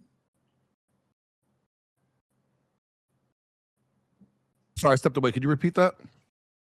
Is Trump's family buying out companies like EA in coalition with Saudi Arabia? Is that corruption? Now, what Trump's family is doing and what Trump's doing, I can't speak on that. Like, like if the family members are doing something, like how does that connect to his presidency? Well, that's interesting because Because that was a they're different on the standard than plane- Hunter Biden. Right, Hunter Biden. Agreed. Right, like, do you think that was corrupt, Hunter Biden? Well, that's just his son, right? Well, there's a different scandal there when Biden said the prosecutor has to be taken down. Yeah, that was for government looking into- purposes, for legitimate I purposes. just want to say one thing. Oh, real you quick. believe the Listen, Burisma bullshit, right? You believe these Burisma Hold on. conspiracy theories? I just want to say one thing. If you are the president of the United States and say, and let's just say I'm the president, right? And my kid commits, like, I don't know, the biggest mass murder in history, you best believe I'm fucking pardoning that bitch. What kind of point is being a president? Yeah, if you, don't you pardon can your say kid? that some Just corruption is saying. good. Wait, Like, so you can take the I mean, I'm Gibbs. just saying in general. That's like family. you- You should pardon Gibbs, your kid. Like, this is great. You can say that Yeah. like some corruption is good, and that you would be corrupt. That's just totally compatible with what we're saying. That you would be corrupt personally. No, I But- just wanted to put that on record. If you like, because I hear this a lot, they're like, and I'm like, hold on. If you're a conservative, you talk about family. Like, if you're okay, if you're really about family values, you're gonna pardon your kid. Like, I don't know that this is a point that as a Yeah, conservative, because because you guys don't take these oaths of office seriously. These are not offices that are supposed to be held for your personal benefit. I mean, I'm You're su- applying that for anybody. I think Biden was right to do that. If it's family, would you pardon your kid, Pisco, if you had a kid? I would not betray my oath by pardoning my child. Yes, Come I on. would not. Agreed. I would Oath not. to your I blood. would not. No, because when you take would that not. oath, you need to take the oath seriously. You're an oath breaker if you do that. That's an oath break. Yeah, you I have an wanna oath say- to your blood, brother. I Like, want to don't say know. this real Then quick. don't be president. Because, it was asked what involvement Trump's kids have with Trump. Quite a bit. In fact, and I almost forgot about it, who was the one going to Iran for negotiations? Jared Kushner. Witkoff. Yep. And Witkoff. The funny you mentioned that because Kushner is also the one that bought EA with Saudi Arabia. Well, and the funny thing about Jared Kushner is that his brother just recently bought out the LA Lakers, who They took- ended up. Yeah, and that guy, by the way, that ended up selling the Lakers to Jared Kushner's brother was just recently at the Oval Office giving a literal World Series ring and jersey to Donald Trump. Literally, this was like a week or two ago. All right, but So- Vince, that's a coincidence. I mean, That's there's a- just- I That's mean, a look, coincidence. Yeah, it's a coincidence. I mean, we keep going down this corruption train here, which is great. I mean, what's his name? Menendez or Menudo or whatever the fuck his name was. Yeah, we The went guy after from it. New Bob Jersey. Menendez, Mayor Adams, and what happened there, right? Yeah. Bob Menendez Yeah, is all looking those for a guys. pardon from There's whom? corruption, From right? Trump. And But Mayor why Adams does came that- struck hold on, from hold the on, DOJ. hold on, let me finish. I've been listening. I was sitting here kind of quiet, listening to the back and forth here.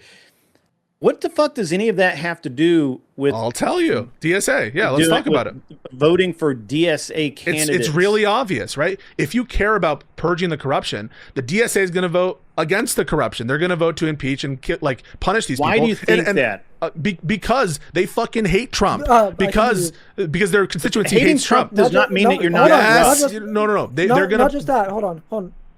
Not just that. All of these DSA candidates are running grassroots campaigns, and they're refusing to take corporate PAC money and corporate money in general. The people statistically more likely to want to prosecute corruption, especially like the types of corruption that you're talking about, that we need to make illegal, like insider trading, are the people who don't want to take corporate money and aren't beholden to the corporate donors. If you want those kind of people in office, you have to vote for people that run grassroots campaigns. And for the most part, the DSA and progressive candidates are the only ones to do that. Hell, even one of the only fucking Republicans that ran a grassroots campaign just got primaried out because of Donald Trump, fucking Thomas Massey. If I was literally one fucking district over into Kentucky, I would have been voting for Thomas Massey, because why the fuck wouldn't I? He's a grassroots fucking politician, and being a grassroots politician, in my opinion at least, is one of the most important policy things that you can do. And if you're critical of Israel, because you mentioned this other man, Glenn, listen, I got a little heated there talking about raping mothers, all that shit. I'm sorry, but if you care about bucking Israel, right, and if you're saying that like you're critical, I'm sure that's not the hottest steak you've ever had. critical of like APAC money, right? Why wouldn't you consider voting for DSA people? That's like, sometimes I would feel they talk about that shit way too much. But if that's what you care about, if you are really if that's the corruption, the first thing that comes to your mind, why wouldn't you consider voting for the DSA? They're not going to be as much whores for Israel in that respect than Trump has shown to be. I mean, starting a war for, in I his don't mind. know that I believe that though. What do you mean? Well, because okay, look, and trust me, I have the barest knowledge of what the DSA people are signing or whatever, pledging or whatever the fuck. They basically don't stop talking about APAC. But say, Do you hold doubt on, that? hold on. I mean, I can finish and then you can ask me a question. Sure. But it seems to me, and maybe I'm wrong here, I'd love your opinion on it, that doesn't mean they're not taking maximum campaign contributions from wealthy people or individuals and that sort of thing, which is what typically happens when people say, well, I'm not taking corporate money, but they take plenty of money from other people. Yeah, but there's there's maximum contribution donations limits. you can have as an individual. I mean, Yeah, you there's can only maximum donate so donations much. you can have as an individual, and then that you can give money to somebody else and they can give it to that guy. I mean, look, there's always a workaround. I'm just saying Yeah, this seems like there's less bullshit. super PAC spending too, if you want to compare that. But like in terms Sure, of contributions, and you know what? I don't believe that we should have super PACs. I honestly believe that campaign funding ought to be completely torn down and reformed. And these are the people who wanna do that. I don't get to make that Cool, law. we agree. yeah, the DSA people are the people who most want to do that campaign finance reform. They're the people who most want to buck the the lobbying shit. I That's mean, their they say bread and they butter. do. I don't. People can say whatever they want. But, I don't. but they also live their truth because Democratic socialists are insane people. So I have a hard time. Yeah, but believing that's insane kind of the people. problem. Is like the Republicans won't say it, and then when the Democrats do say it, you don't believe them. So like, what? How? Because how they're do you even insane vote at people. that? And I can't. It's hard to trust insane people. But you say that they want communism, so you believe them when they say something along the lines of communism. But then when they want to root out corruption, you say they're not believing. they're So lying. you're kind of picking and choosing. Yep, good What point. you want to Well, hear. I believe communism is when they actually inherently root out the- corrupt. I mean, when they this is actually root out their own the corruption, ridiculousness I'll of give your it. position. Hold on, Grid. You would say that AOC is DSA aligned, right? I mean, I would, but I literally was listening. I think it was a discussion, and Pisco was a part of it last week. I was driving and I was listening to a show where they were talking about how AOC was actually not DSA. She is a She's member. not anymore. She's not. No. she- I think she she is. wa- She well, wasn't endorsed. I think you're thinking about the yeah, yeah, endorsement. she's a she just member- wasn't Is a member. endorsed. It's Yeah. chapter 37 or whatever. Regardless, Something like 2 days, a couple like, days ago or something. I was just making sure that you would consider her DSA aligned, right? So there is a bill that she proposed. It's called the For the People Act. It's called HR1. And it is a bill in order to heavily restrict PACs and change how the campaign finance stuff works. This is an example of a DSA aligned politician trying to push for campaign finance reform. Yes, there are many politicians that push for campaign reform. I appreciate you giving one example. Okay. I mean, like, the threat is obvious if you're talking about Trump and MAGA, and it's corruption, it's authoritarianism, it's basically just the destruction of everything that we should care about in our constitutional republic. And the DSA, at least with compared to someone who's going to further it, the DSA is going to further it less and probably, in my opinion, reverse it. And they have some wacky out there policies, but I don't think that they're going to be able to effectuate it. But if you're not really seeing the threat, and if you don't see it from our perspective, then maybe you won't understand why we would vote for these people over MAGA people. Well, I got a question then. Why would it be that independents find the DSA so abhorrent then? It seems like independents are, based off the polls, for whatever that's worth, seems like the last one I saw was the 14% approval rating of the Democratic Socialists. They probably think And they're yet, too radical. you know, right, and so that means they don't seem to be aligning with what you're saying. They also hate because Trump. The Republicans within party had Trump's seems underwater a with higher approval independence. rating with them. No, Trump's Sure, like but not minus 14%. You're saying the DSA overall is 14% with independence and approval? Yeah, that's what I saw last Maybe week. that's true. So, like, I saw Trump's approval with independence in like minus 70s. Maybe I'm wrong about that. I could be totally hallucinating, but I thought it was like horrible, his approval rating with independence. But yeah, my guess is that they're probably too radical for many independents and many of their views, and they scare them off. I don't think that many of these. I mean, it says right here. I just did a quick AI search. It says he's got 21 to 26% by most polls. So that's better. That's significantly better than. Where's the what's going on with 14% DSA. coming from? 14%. I don't know. See, it was CNN or MSNBC the other day. I mean, I can look up. So there I can just are Google two the same recent thing. polls that I found for DSA. There was one. The Marquis poll said 13%. Okay. The Siena poll said Hey, 25%. What, said what? I mean, that's great and all. The Siena poll said 25%. Yeah, So this is favorable. All right, so it's low. Great. There's things that you like about their candidacy, but they're communist and they're insane, that's not conducive to anything that I think that normal Democrats believe in. So I wonder insane. why you think that's a better alternative. I don't think they're insane. I think that some of them have like really bad theory. And when they get into power, people like Mamdani, Yes, they and moderate. those theories could be applied when in office. And you're ignoring that. Okay, listen, it's possible it could be implied in an office, but we have a track record here. Not possible, plausible. I don't think that it's plausible that some of the ideas are going to be attempted, right? Like prison abolition, police abolition. I don't think it's plausible these ideas will be implemented. It's definitely plausible that some bad ideas will be attempted to be implemented, no doubt about that. But the track record we have is like, look, Mamdani is trying to get in good graces with Hochul. AOC is palatable to most of the party, and she's more liberal than a lot, but in some ways you probably agree with it in terms of her resistance to, like you said, campaign finance bullshit and lobbying bullshit. And so I just think that they have a track record of not being crazy fucks. They're okay. Mamdani has literally said that he's going to track that even if you flee New York as a billionaire, that he's going to track you down and take your money.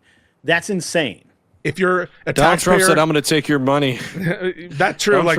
It's so funny. We started with taxes. I didn't like it when he said it either. I'm just pointing out that you guys can keep going. Oh, Trump bad, Trump bad. Okay, can we just agree that on some things Trump is bad, and can we fucking move on with the actual conversation? Well, hold on. No, wait. This is very important. Though. This is incredibly important. When we're talking about, first of all, a mayor versus the president, that's a big distinction. Sure. Secondly, when we're talking about who to vote for in the midterms, Mamdani's not running in the midterms. But he's also, not somebody who's even going to be not give ground. He is an example of a DSA person who was elected. He is the best example we have currently of a DSA person that was elected. Talk about it. And he's doing stupid shit. Let's talk about that. Scary as fuck. Let's talk about it. Let's talk about it, right? I'm not willing to say. Let's do that. Which is what we should have been talking about for the past 2 hours. You guys hate Trump so bad. I'm not willing to say. I'm not willing to say that Mamdani going after people who have legal obligations in terms of tax. Can you please get closer to your mic?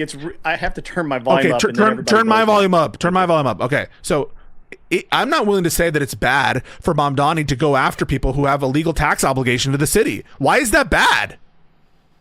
But they don't have a legal obligation once they How do you leave know the that? city. How do you know? Wait, no. There's different things that make you tax resident. Because I'm one of the people that left. No. So it depends on their particular circumstances. There are some things that make you a resident for tax purposes in New York City, and there are other things that have like source taxation. Yes, and he's trying to change those to be more ridiculous. He can't change tax code. That's a governor's. Yeah, the governor fortunately is going to stop him, but if they had a DSA governor aligned, it would be bad for you. You're saying he's going after people who, in his mind, have a tax obligation to the city. Are you saying that he wants to do that, or he is doing it?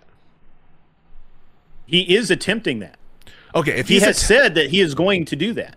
If he's attempting that, it depends on whether I think that they do or ought to have a tax obligation to the city of New York. And that'll depend on the circumstances of the particular billionaire.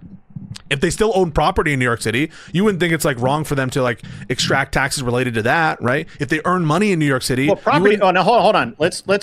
Okay, we can clearly define that. So if I own property there, which thank God I do not, then I would pay property taxes. What if you earn money in the city? What if you have an office in the city and you earn money in the city? If I have an office there. And I don't earn. What if I have an office there that I just meet people in, and all my business is actually conducted in Florida? Yeah, do I owe New York taxes? So that's gonna oftentimes. By the way, they already charge you taxes for that. Oftentimes you can be liable for double taxation, just so you're aware. But in general, there's specific. I know. So whatever the code, I'm not a tax law expert. I'm just going to put it out there. Sure. But whatever the thing is, it's going to turn on like the legal issue itself.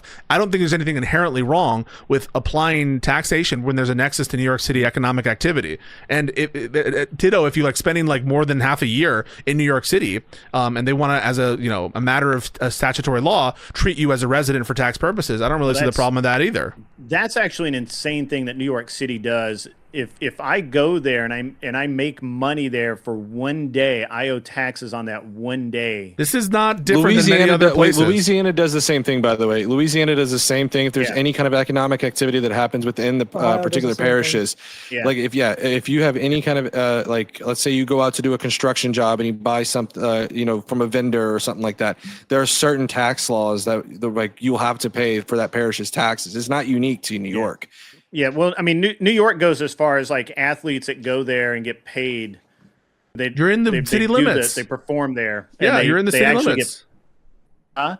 You're in the city limits. You're earning money in New York City, and they have the right to charge you taxes. Sure, but they're not a resident. You can be taxed even if you're not a resident, based on how. Yes, that's the problem. Yeah. Is income tax for someone that's not a resident is a problem. I think California is very much the same. California is. I still to this day get letters from the franchise tax board telling me that I owe taxes on a building that's a parking lot right now. That's just how it's fucking insane. Okay. So it's not then unique to Mandani from the way that I'm hearing this. Then, but he's taking it a step further. He's literally saying that even if you leave and you take all your business and you do no business, he's still because you owe New York. Yeah, Okay, I don't think he can do it. I'm going to say that I don't think he can do it. I don't think he can do it. I will say that. I don't think he can do it. But the idea that he wants to do it should scare fucking everybody. Wait, what's socialist about this? About like double taxation or like weird rules about source-based taxation? Is this communism? Yeah, I'm pretty much I dislike a lot of taxation. We could get into a whole discussion about that, but it's not relevant. Really. Well, and to our point earlier about who to vote for the midterms, guess who's trying to get rid of tariffs? Democrats. Democrats want to get rid of Trump's tariffs right now, which, by the way, Donald Trump is still pushing. Just because the one got overturned, the IEPA ones, he's still going after them in other forms. So which party is going to actually remove taxes from you? Yeah, it's going to be Democrats. If a nation is tariffing us, we should tariff them back. It's just but we were tariffing places that didn't tariff us. We were tariffing like islands filled with penguins. We were tariffing like Vietnam. We were tariffing our allies. We were tariffing places where we had Trump negotiated trade deals. Like it was an insane situation, and it was clearly illegal under IEPA. Some of them were illegal. Yeah. I think we're, I don't know. Like, what's the worst policy? The whole DSA thing, and we keep coming back to Trump. But I mean, again, there's many things that Trump does a bad job, and I've been critical of Trump before. But you guys just keep taking it back, and you're not wanting to look at the clear picture of what DSA really means for the U.S. And usually people don't point to this tax shit. I don't think that there's a net positive there for anything DSA, and I think that you would be better off voting instead of voting for an incumbent, voting for a Republican. Yeah, but great. I think the problem that, at least from our perspective, is that we keep naming things that Donald Trump that even we agree on, great, like corruption. That's some things that this administration you agree has done wrong. Is Trump running? Yeah, he's in power. People that he's endorsed. Is he running? To vote for. Not in this midterms. Not in this midterm, but like everybody. Trump is a proxy for the midterms, right? Yes, the president's job approval is on the ballot, essentially. Could you say Madani is a proxy for the midterms too? Like his position in his not as much, no. Well, so now it's on a sliding scale. But principally, you say it's the same, right? because he's the mayor. He's the mayor of a particular city, and the races of like the congressional races don't relate to his use of power. Yeah, maybe you could say that. Mondami's just an example. I'm going to go with. I'm going to. Pisco, Mondami's just an example. He's not running. He's not really. The only relevance he has is as an example, right? Like I'm not saying that he's going to. He hasn't instituted Sharia law. What's the scariest thing he's done? I'm sorry? What's the scariest thing he's done? The biggest thing that I did, and look, I honestly don't pay attention to his day-to-day agenda or anything, but my concern with Mondami is the going after the rich specifically, because we keep redefining what rich is. Not the rich. Going after and the ideas of these what do you guys call them earlier, like state-run grocery stores or whatever. I think those are actually that actually is an interesting dichotomy for me, because I would honestly think that like Walmart or somebody would be pissed off about it, but really it's the small bodegas and all of the little shops that are getting really angry about this, and it's probably because to survive in New York they have to overcharge quite a bit versus anywhere else. I mean, I know what chips cost, and I know what I pay for them when I'm in the city. And like potato chips, like potato chips. Yeah, like potato chips or beef jerky or fucking whatever. I know what that everything's shit more costs expensive everywhere there else in the world, and it's expensive as shit. It's interesting to me, and maybe you guys can help me understand this, how the idea of a state-run or state-affiliated or whatever grocery store, I don't think it hurts Walmart or Kroger's or King Soopers or whatever. I think it really hurts the little neighborhood bodegas who can't do anything about their rent, who can't do anything about what it costs them to bring in goods into the city.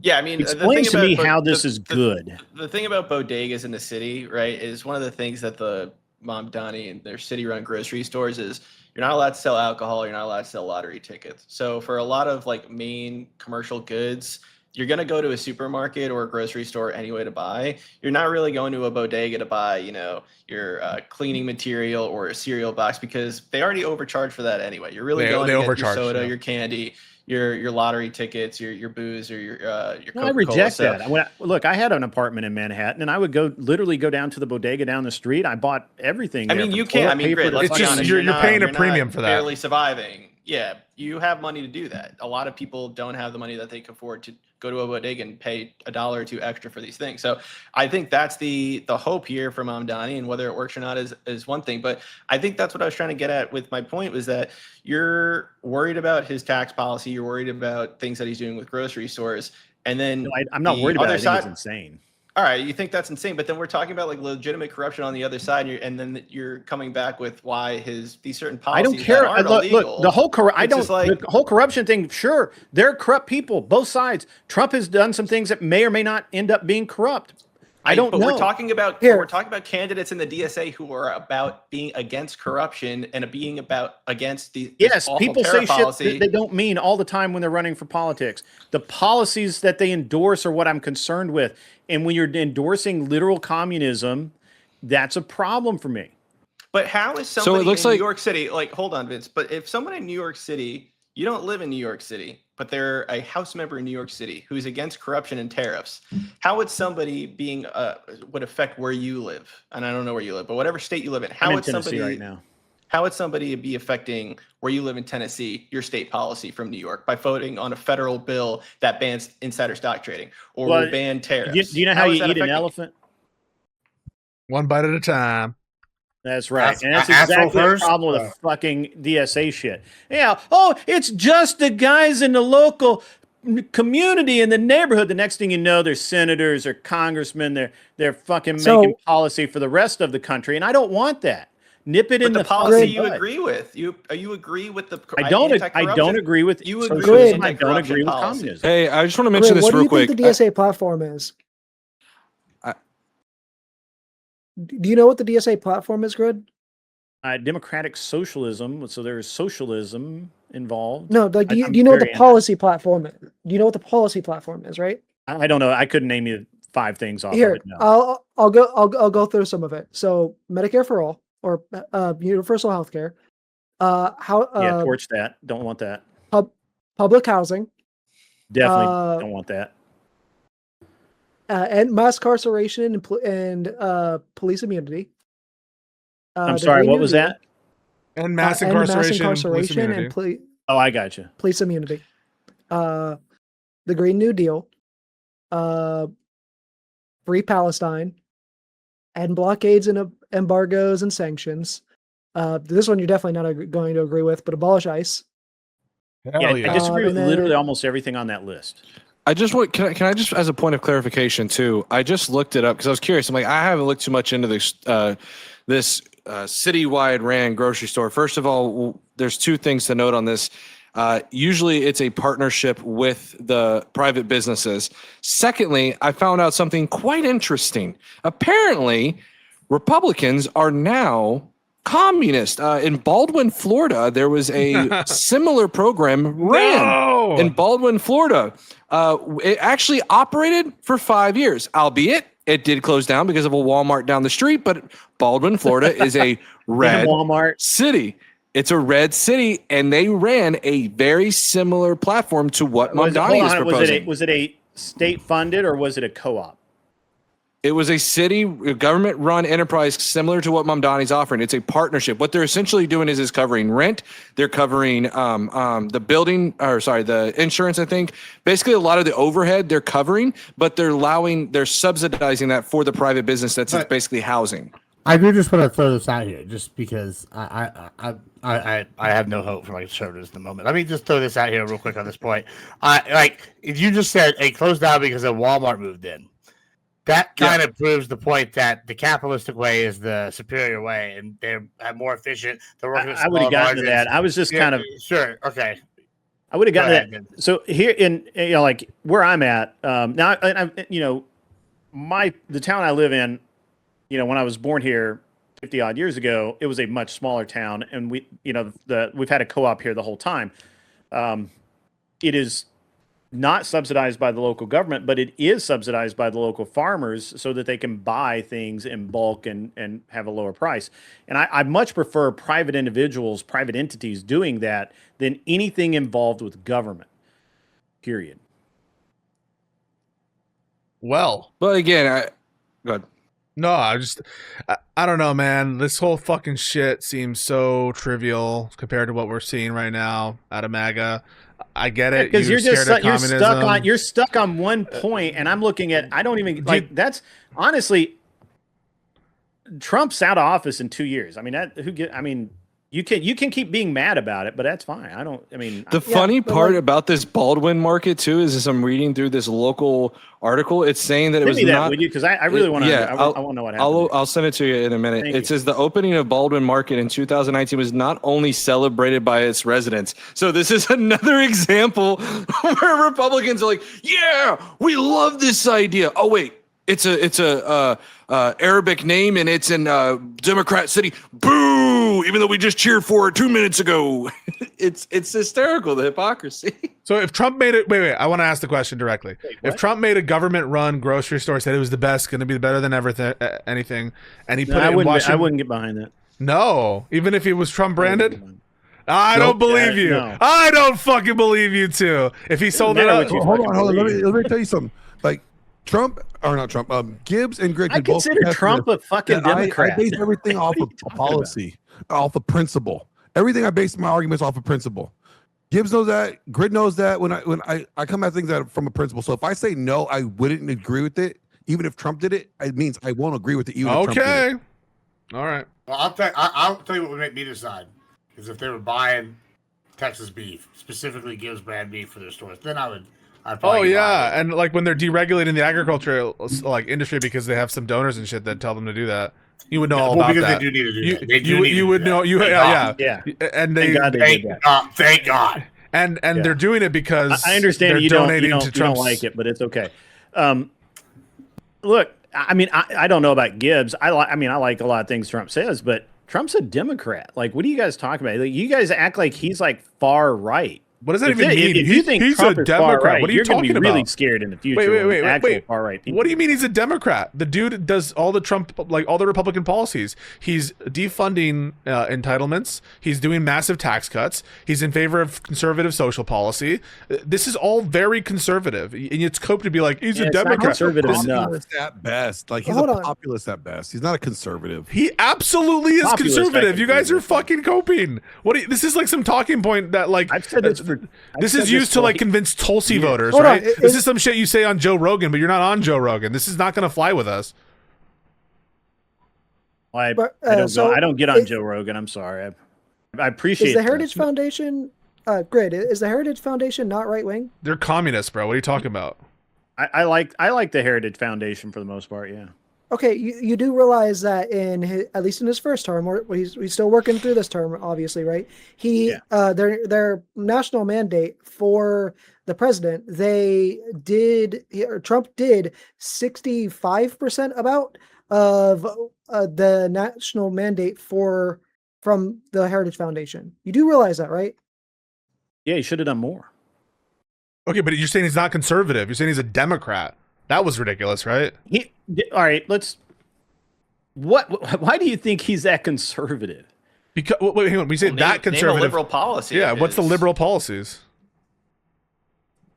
What's a liberal policy of Trump's? That's a good one. I haven't actually thought about his policies being liberal. Get the fuck out of here. But he's a Democrat. He's a Democrat.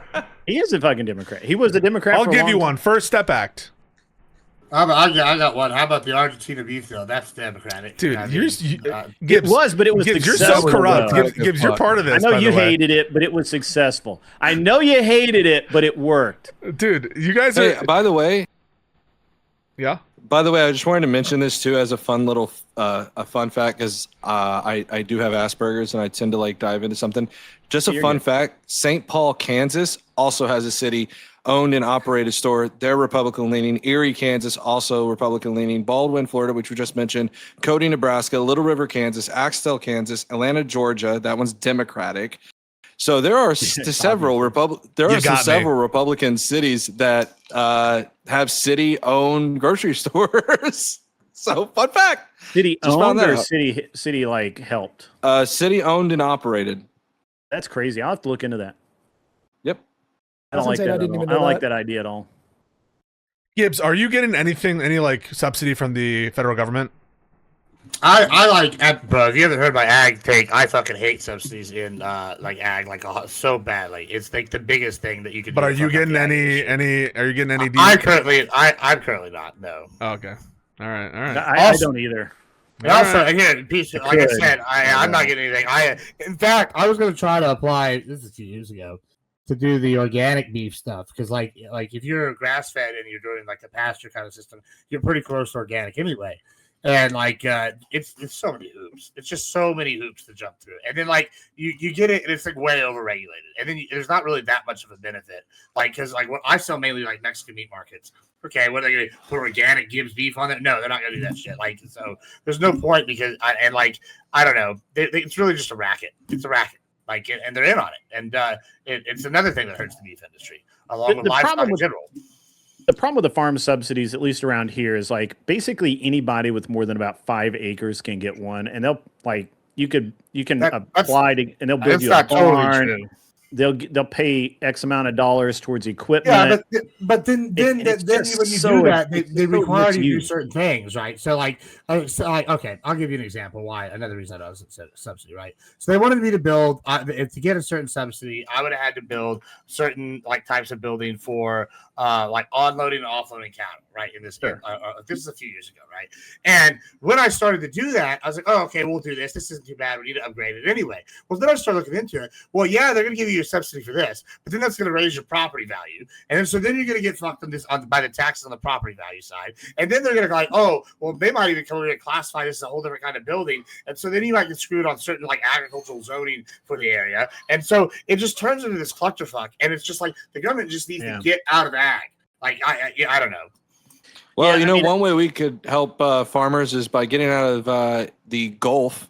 That's not helping with fertilizer prices. So that's one way. Again, another reason why we should put Democrats in place, because they would end the war in Iran, and we would end up theoretically with in the war in Iran, and we would see fertilizer prices come down. So they're helping the farmers. They're lowering your taxes. They're bringing you a health care. I mean, if you're a moderate Republican, you should be voting Democrat. Gas prices are going down. Listen, if you're a moderate Republican, you should be getting out and voting for all of your Democratic. I know, listen, guys, I was a former conservative. I understand what it's like. It's like coming out of the closet. I have conservative parents. It's okay. You can vote Democrat. Not okay. It's okay. Listen, I know it's tough.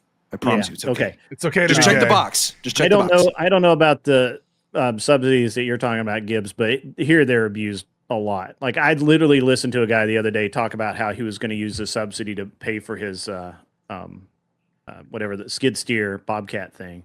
It's like 50 grand, and the city's, or not city, but the county. I'm not arguing there's not corruption within the subsidies, and I'm not sure it's that fucking people that corrupt are as doing. shit. But like, I mean, the other thing is I want to point out, and like, I think this is actually the Pisco's chat, right? And I hear this a lot from people on the left that like don't really understand ag. And this is an argument I get a lot about when they go, "Oh, Gibbs hates corn subsidies. He just doesn't get one himself." That's not what I'm talking about, right? And I'll just use the corn as an example of a greater problem with ag, because you can point to soy, you can point to some other ones. So what happens is they artificially inflate the corn market. Okay, and everybody switches from grain to corn, and corn is hard on the ground. Like it's very a nitrogen heavy item, and so it usually takes 3 years. You need to do crop rotation, right?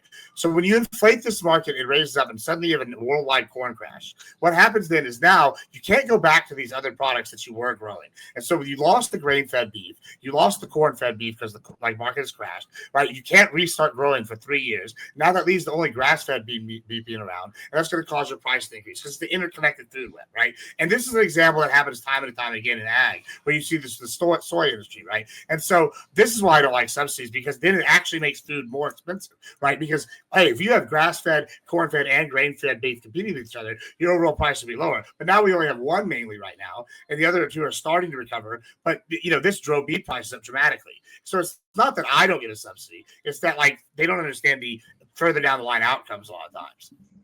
Yeah, I agree. I think we're about here. We're about here at the end. Let's go through closing statements here. We'll start with Castle here, and then we'll knock this out. Yeah. So I think I tried to come into this conversation trying to take like a center view of instances where it would make sense. But then the Republicans had to come in and completely change my whole strategy here, and it just made it more obvious to why why Pisco, why Vince, why even Vigi, and then even I are looking at it's insane corruption going on the other side and saying it's actually shocking. It seems like there's almost two different types of media ecosystems going on, because it's either you guys haven't heard of anything that's going on, or when corruption does happen, well, the DSA is scary and they're doing grocery stores in the city. So it's hard to come up with a reason why I would feel any more confident in voting for a Republican over a Dem socialist at this point. Obviously, I tried to do that at the beginning with certain hypotheticals, but the reality is we're so politicized and so polarized that we live in a country now where every election is going to be close. I know that you could throw out the worst Republican, the worst Democrat in an election. It's really going to be close every time at this point because of how polarized we are and how entrenched the two sides are. And so at the end of the day, it's going to be hard to convince either side. And that's why I do think it's important still for the Democrats and even in the hard left or the Democratic Socialists to really focus on those key issues like economics, like affordability, and to stay away from things like abolishing prisons and abolishing crime, because I think there is a lot of middle ground to be made. There are people who voted for Obama twice who then voted for Trump twice. There are people who voted for Trump who are voting for DSA candidates. And it's because a lot of voters want change in this country. And when the Republicans aren't giving the voters what they asked for with this Trump administration, they're going to look for alternatives, and they're going to keep looking for those who keep talking about these issues, even if they're the most extreme. So if Republicans want to just complain about Democratic Socialists instead of offering change that they were voted to enact, then the Republicans and people on this panel who are pro-conservative are going to be shocked when a Democratic Socialist does start to gain more traction and gain more power in this country, and they won't have anybody to blame but themselves. The Democrats made this mistake with Trump. It's going to come around and start to affect the other side if they don't get their act together. And we're starting to see that already with this administration. I mean, Trump's approval is awful. The midterms are probably going to go pretty poorly for them. And so unless they start enacting and electing moderates on their side, I think you're going to see a real reckoning for Republicans. That's going to lead to more DSA candidates gaining traction. And if they do get into power and start making the change that people want, I don't know if it's going to be reversible for the Republican side. So I think that's the horror story, and that's the nightmare that moderate and centrist Dems had to deal with Trump. And I think that's something that Republicans have to worry about. So at the end of the day, I think the the Dems on this panel did a better job of convincing me that they were right. All right, thank you so much. Let's go with Pisco. Yeah, I mean, like, it's kind of a joke, man. I mean, this country is being attacked by the corrupt authoritarian ways of the Republican Party, which is a wholly owned subsidiary now, effectively, of Trump. And the amount of graft, the amount of just blatant, in-your-face corruption and assaults on our democracy is so much that we can just come up off of the dome with like 5-6 examples of specific corrupt crypto deals or insider trading or conflicted interests on contract stuff, and there's nothing in response other than like the groceries are going to be owned, like one grocery store, 5 grocery stores in New York City, or they're going to subject billionaires to double taxation in New York. It's like, is this the big fear? Is that what we're all supposed to be shaking in our boots about? The DSA has like some bad ideas, no doubt about it, but like by and large, they would be a vote to end the corruption. They would be a vote against the Iran war. They would be a vote in favor of punishing a lot of these people that need to be punished. I mean, it is in the interest of our democracy for people to be behind bars, including but not limited this alleged President Trump. And so given that, like, what are we scared of? We're scared of Fast and Furious scheme.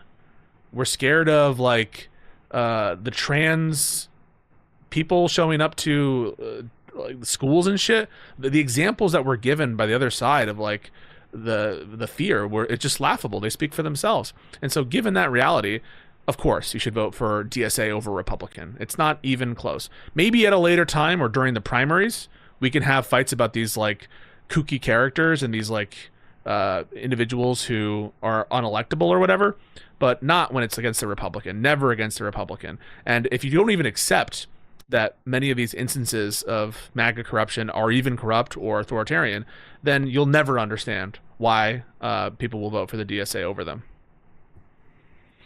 All right, thank you so much. Let's go to Glenn.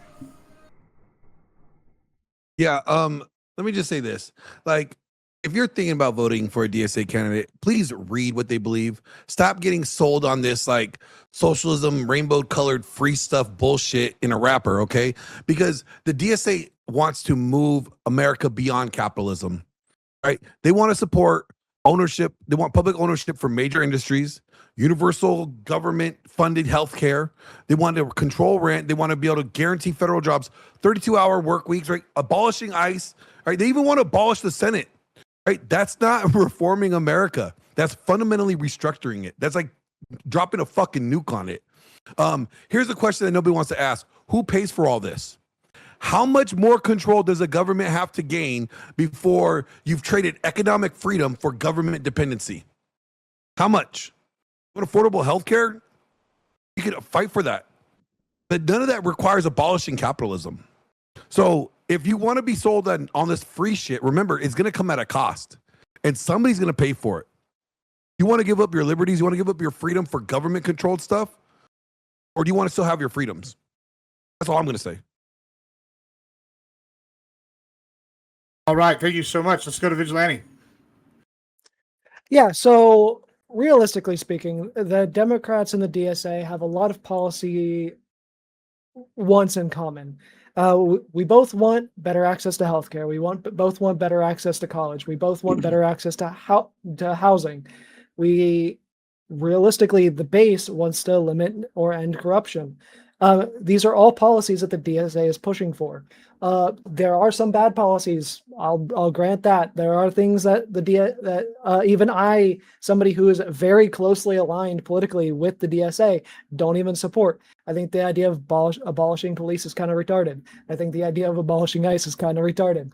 I think the idea of abolishing prisons is kind of retarded. Like there are things that they want to do that we should push back on them and say like, hey, we probably shouldn't do these things. But like generally speaking, the policies that they want are the same policies that most moderate, even moderate Democrats want. Like one of the things that people often forget is like even a lot of moderate Democrats have pushed for universal healthcare at some point or another. The Hillary Clinton back in like the early 90s when she was in Congress pushed for a universal healthcare bill.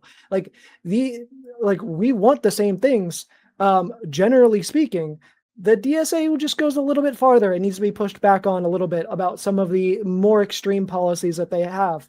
And it's a lot easier to manage that than going and voting Republican and having the MAGA types be the people that you have to try to push back on, when a lot of like what the more extreme Republicans want to do is things like get rid of the Voting Rights Act, which they've already borderline gutted at this point. Things like ban abortion, things like get rid of the Civil Rights Act, and because like you've got people like Clarence Thomas that are saying we should get rid of the Civil Rights Act. Like there's two completely different dichotomies here. One side wants to push the country a little bit farther and push the country a little bit better, and maybe wants to go a little bit too far in certain aspects, and the other side wants to completely regress us all the way back to the 1960s and 1940s, if not a little bit farther than that. And you can't sit here and say that it would be a good idea to vote for the side that wants to regress us to push back against the people who want to push progress forward. All right, so let's go to Grid. Oh, okay. I thought I was going to get last word. All right. Well, as I sit here, I had to reflect over the course of this debate, and all I really heard was Trump bad. Vote for these jackasses over here wearing DSA on their shirt. This is a problem with that. You guys completely fucking ignored that you're not voting for Trump. You're voting for actual Republicans that mean well. Brandon Herrera is not a MAGA Republican. Down in Texas, he's going to do great fucking work down there, and you guys are fucking idiots because you don't understand it. You don't actually understand anything but hate Trump. This is the dumbest, this is honestly the dumbest debate I've sat in a long time. I couldn't even actually respect it that much because all I heard was Trump bad, Trump corrupt, and therefore all Republicans are corrupt. Well, fuck that. That's stupid. You guys did not convince me to vote for a DSA. All you guys did was say, oh, they want no corruption. Yeah, most Republicans really hate corruption. We fucking hate it. We're the law and order. We are the party of law and order, not you guys. You guys are not the party of law and order. There are more Democrats locked up than any other fucking one. So don't give me that bullshit. But the best part of this whole thing was the massive amount of cope and just seething around how I don't give a shit about a bunch of weird factoids. Although it did force me to think about the crypto bullshit from like 3 years ago, but that's okay. I like it. It's wonderful that we can have these talks. It just didn't have jack shit to do with the argument. The argument is should you vote for DSA or should you vote for Republicans? And the choice is obviously clear. Republicans, actual American values, not this hippie bullshit DSA communism shit. We don't want that. Nobody actually wants it. Even every single one of you guys have said, maybe they go too far. Maybe they don't do things I like. Yeah, put those guys in power. That's how you get Hitler. It's exactly how they got Hitler. You dumb fucks. All right. Thank you so much. And last but not least, Mr. Wilson. Yep. Give me one. All right, so let's talk about this real quick. Government ran healthcare. We got Trump RX. Government owned. Oh, we got Intel stocks and TikTok stocks galore. Who pays for all of this? That's a great question. I wonder who pays for the Trump DC projects, the revamping of the Trump Qatari jet. Oh, and free, by the way, free. Did you know that if you signed up for a Trump child account, they'll give you $1,000 into a stock investment account? Now, by the way, you might say, well, that's good, except the realization of like Dell donating to that and getting a kickback via the Trump administration. That's okay. Not voting for Trump. Now, that's an interesting point, except Mike Johnson explicitly said, verbatim, quote for quote, Trump is on the ballot. So I think it's quite clear that Trump is on the ballot. And I think at this point it is worth noting because one thing that Republicans have been feckless on and ineffective and spineless on is holding Trump's power back. They refuse to rein in war powers resolution. They want to tax you more via tariffs. They want to make sure that there's no congressional investigations to allow corruption to go through. So if there's one clear winner when it comes to 2028, or 2026 rather, and 2028, but 2026, it's easy. And it's one word. It's not the DSA, like the fear that's being made, because not one single Democrat is running on the DSA platform right now. I challenge you to look for it. They're not going to. It is the Democrats. They are the right choice. They'll lower your taxes. They'll lower your costs of fertilizers. They'll bring back American jobs. and they'll bring back your boys and troops that are your boys and girls in uniform that are overseas. They will rein in Trump and investigate Trump for his blatant and open and obvious corruption. And that's where I land. Oh, thank you so much. I want to thank everybody for being here. Guys, you don't know this was an impromptu panel. We threw it together. This was very fun. Very good job, everybody. Yeah, I've never wanted to not be the mod for a panel so bad in my life, but well, here we are. I was very something, but it was fun. But thank you all so much. We're going to be rating out the Big Hurt on my side. I hope you all have a good rest of your night. Bye, everybody. Y'all be good. Thank you so much. Have a good one. Again. See you guys. Have a good one, guys. Take it Take easy, care. guys. Wow, that's over. Guys, I'm done. I was wiped out near the end. At a certain point, you just got to be like, okay, this is delusional. Why am I here? Why am I even alive?